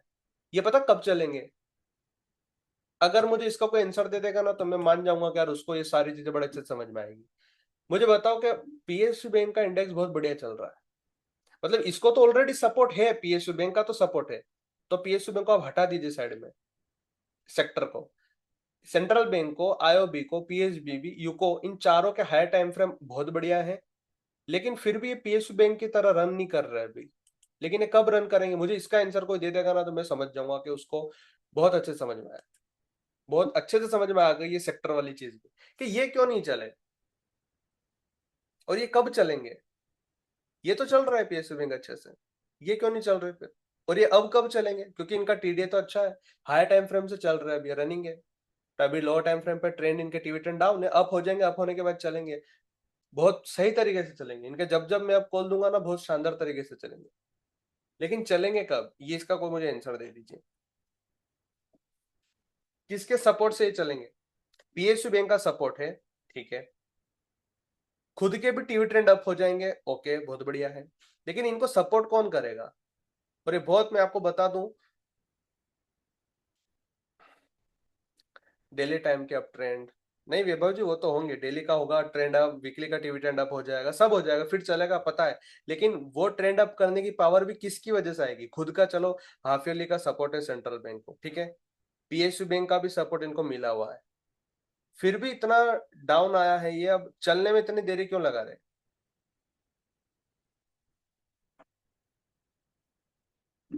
क्योंकि आप देखिए कि जब ये यहाँ से, कौन सा ये मंथ, दिसंबर 2024, ये कौन सा, दिसंबर 2024, जब ये पीएसयू बैंक डाउन आके वापस से यहाँ से अच्छा खासा चले गया, तो ये डाउन आकर इसने क्यों नहीं इसके ऊपर क्लोजिंग दी और 80-90 रुपीज के आसपास क्यों नहीं गया, अभी तक ये 30 रुपीज ही क्यों है। निफ्टी भी चल रहा है, सारे लार्ज स्टॉक्स चल रहे हैं अच्छे से, पीएसयू बैंक चल रहा है, पीएसयू बैंक है, bank of Baroda, bank India, Maharashtra bank, सब चल रहा है, ये चार क्यों नहीं चल रहे हैं, और ये कब चलेंगे, किसकी सपोर्ट से चलेंगे अभी। when Nifty comes in a good demand zone start bullish, नहीं नहीं मीरज जी, निफ्टी तो आकर चला है, निफ्टी तो आकर चला है मीरज जी, निफ्टी के स्टॉक्स भी चले हैं, एसबीआई चला था, है ना, आईसीआईसीआई बैंक, रिलायंस वगैरह सब कुछ चला, तब भी तो ये नहीं चले। आप खुद इतना कोई देख लो कि पीएसयू बैंक भी चला, बीओबी, बैंक इंडिया, महाबैंक, सब चला, बस ये ही नहीं चला।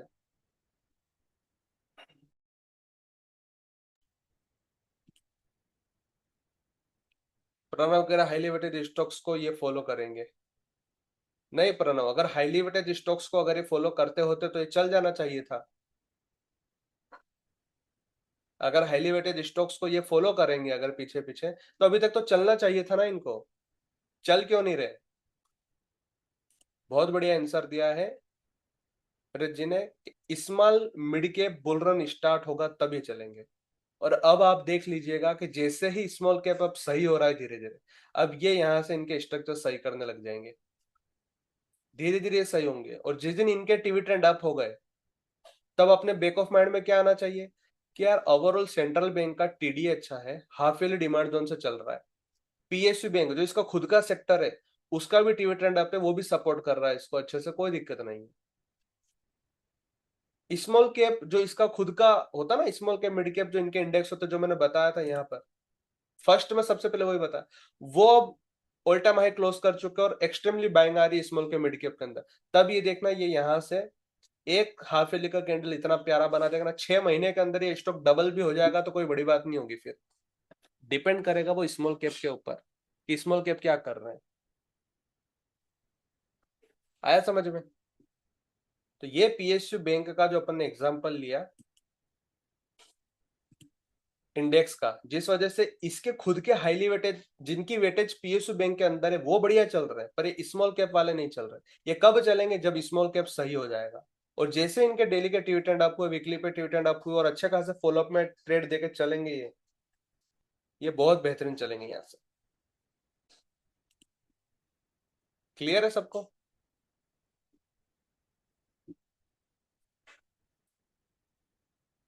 Yes, yes. It means smaller weightage stocks runs with support of small mid cap support. Yes, yes. खुद का इंडेक्स भी सपोर्ट कर रहेगा तो अच्छी बात है, लेकिन साथ ही साथ स्मॉल कैप मिड कैप इस वजह से ही देखे जाते हैं कि यहाँ पे स्मॉल कैप मिड कैप के सपोर्ट की वजह से छोटे स्टॉक्स इनके सपोर्ट से जल्दी चलते हैं, ना कि इनके इंडेक्स की वजह से। अगर सोचिए पीएसयू बैंक चला तो इनको भी चलना चाहिए था, बस इतना हुआ कि पीएसयू बैंक चल रहा है, ये अपने हायर टाइम फ्रेम के डिमांड जोन में आ गया तो सेलिंग प्रेशर रुक गया बस। लेकिन जैसे small cap mid cap set होंगे, ये सारे स्टॉक्स चलेंगे। ओके सर, इसलिए आपने बोला small mid cap importance must in Nifty overall look. बिल्कुल बिल्कुल, इस वजह से ही जो छोटे स्टॉक्स होते हैं उनके लिए हमें स्मॉल कैप मिड कैप ही देखना बेटर होता है। उनसे हमें इनमें ज्यादा कॉन्फिडेंस आना चाहिए, इनमें ज्यादा सपोर्ट मिलेगा।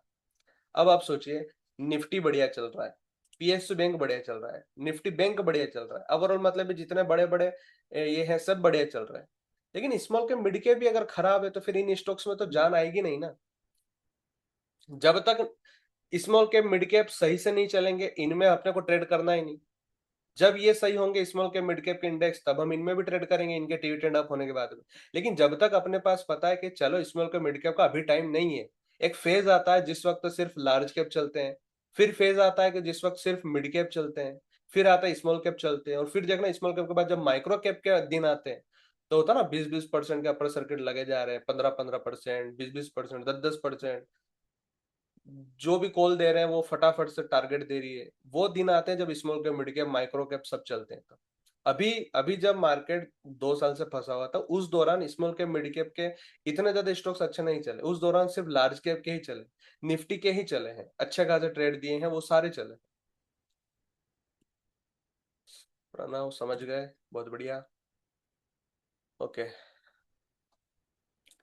चलिए टाइम तो हो चुका है, लेकिन बातें अभी बहुत बहुत बाकी थी। बाकी जो मेन मेन चीजें थी ना, वो अपन ने कवर करी है ना। मेरे को इन्वेस्टमेंट वाली चीज लेनी थी, वो कवर नहीं कर पाए अपन। लेकिन ये है कि ट्रेडिंग का आपको समझ में आ गया ना, कि खुद के पर्टिकुलर स्टॉक में अच्छे खासा सेटअप बना हुआ हो, बस उसका सेक्टर या निफ्टी सेलिंग प्रेशर ना दिखाए और कहीं सप्लाई जोन से ना आ रहा हो। और अगर सेलिंग प्रेशर है तो भी, तो आपको पता होना चाहिए, बैक ऑफ माइंड में ओवरऑल व्यू पता होना चाहिए कि जल्दी ही ये किसी डेली या वीकली में सपोर्ट ले लेगा, तो मेरा ट्रेड तो वैसे भी चलेगा। फर्स्ट थिंग दिमाग में क्या रखनी, मेरा टीवी सेटअप्स का जो ट्रेड सेटअप है, मेरा जो बेस्ट 100 ट्रेड ईयर की करनी है, वो बहुत बेहतरीन हो। उसके बाद सेकेंडरी बैक ऑफ माइंड में देख लो कि निफ्टी डेली डिमांड जोन में सपोर्ट करेगा या वीकली में करेगा या मंथली में करेगा, बस रुका हुआ होना चाहिए निफ्टी बस, या फिर उसका सेक्टर वो रुका हुआ होना चाहिए। ठीक है, तो ये भी रीजन आपको पता चल गया होगा कि स्मॉल कैप और मिड कैप जब चलते हैं तो निफ्टी कुछ भी करे फर्क नहीं पड़ता, स्मॉल कैप मिड कैप के स्टॉक्स बेधड़क चलते हैं, सब बहुत अच्छे तरीके से चलेंगे। और निफ्टी चाहे कितना अच्छा चल रहा हो, निफ्टी चाहे कितना अच्छा चल रहा हो, स्मॉल कैप मिड कैप के इंडेक्स के अंदर अगर सेलिंग लोअर लो बना रहा है, सेलिंग चल रहा है, डाउन ट्रेंड है, तो निफ्टी चाहे कितना अच्छा परफॉर्म करे, उसके स्मॉल कैप मिड कैप के स्टॉक्स अच्छा परफॉर्मेंस नहीं कर सकते। और अभी निफ्टी चाहे कितना ही रुकेगा, साइडवेज करेगा, गिरेगा, कुछ भी करेगा, अगर उस स्मॉल कैप मिड कैप के इंडेक्स के ट्रेंड अप हो चुके हैं, टीवी ट्रेंड अप हो चुके हैं। अब स्मॉल कैप मिड कैप अच्छे खासे चलने के दिन आ गए हैं। Yes sir, clear for trading purpose. Investment का कल देख लेंगे इफ योर शेड्यूल्स परमिट्स। हाँ, कोई दिक्कत नहीं। अपन 20 क्लास तक अपने सारे टॉपिक कवर करेंगे। अगर 21वीं क्लास भी लेना रही तो भी अपन ले लेंगे, अपने को कोई दिक्कत नहीं है। बस ये कि टॉपिक्स सारे कवर होने चाहिए, बिल्कुल बाकायदा कवर होने चाहिए। एक एक टॉपिक इन डेप्थ में जितना मेरे को आता है समझ में, वो आपको भी समझ में आना चाहिए। दिक्कत वाली बात नहीं है, कल फिर ले लेंगे। वो कह रहे हैं कुछ कुछ शेयर किसी भी मिड कैप या स्मॉल कैप में नहीं आते शेयर, उनको कैसे ट्रैक करें? फिर से पर्टिकुलर ट्रैक करो खुद से ही। ठीक है वैभव जी, पर्टिकुलर खुद से ट्रैक करो, कोई जरूरत नहीं है उसको। लेकिन ऐसा हो नहीं सकता कि वो stock small cap mid cap में ना दिखे। या तो माइक्रो कैप होगा, या स्मॉल कैप होगा, या मिड कैप होगा, लार्ज कैप होगा। इन चार के अलावा अगर स्टॉक है तो वो पेनी स्टॉक है, उसको छोड़ दीजिए वैभव जी, लिस्ट से हटा दीजिए। गंगेश कह रहे हैं अगर किसी स्टॉक का मुझे सेक्टर पता नहीं तो कैसे पता करें? गूगल पे सर्च कर लो, या अगर फिर भी समझ में ना आए तो निफ्टी देखिए।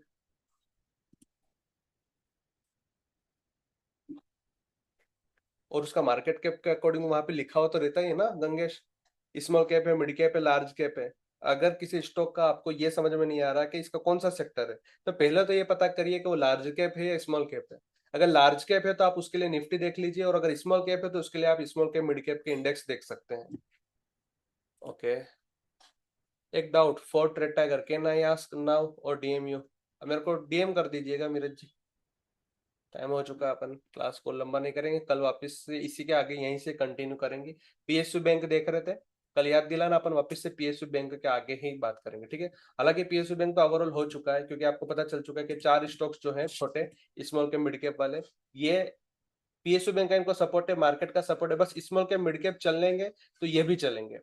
और इसके ही एग्जाम्पल से आप ये देख लीजिए कि जितने भी स्मॉल के मिड कैप के स्टॉक्स हैं वो तभी चलेंगे जब स्मॉल के मिड कैप के इंडेक्स अपना हायर हाई बनाएंगे, तभी ये चलेंगे। मतलब उनका ट्रेंड अप होगा स्मॉल के मिड कैप के इंडेक्स का, तब ये छोटे स्टॉक सारे चलेंगे। ठीक है। और दूसरा चीज, लार्ज कैप और थोड़े से अच्छे मिड कैप जो होते हैं, आईडीएफसी फर्स्ट बैंक जैसे, बेसॉफ्ट जैसे, ये सारे निफ्टी और खुद के इंडेक्स की वजह से भी बहुत अच्छे परफॉर्मेंस करते हैं। ठीक है। आई होप आपको ये वाली क्लास और अच्छे से समझ में आई हो, थोड़ा बहुत दिमाग और तरीके से खुला हो, थोड़ा इन डीप आपको समझ में आई होगी चीजें। बाकी इसके आगे अपन कल कंटिन्यू करते हैं। ठीक, कुछ डाउट हो तो आप, टेलीग्राम ओपन हो चुका है, बहुत बढ़िया है। अपन अब टेलीग्राम पर ही बात करेंगे। कुछ भी हो चार्ट शेयर कीजिए, कुछ भी डाउट हो वहां पूछिए, अपन क्लियर करेंगे। ओके, चलिए मिलते हैं कल। Till then, good night, take care and bye.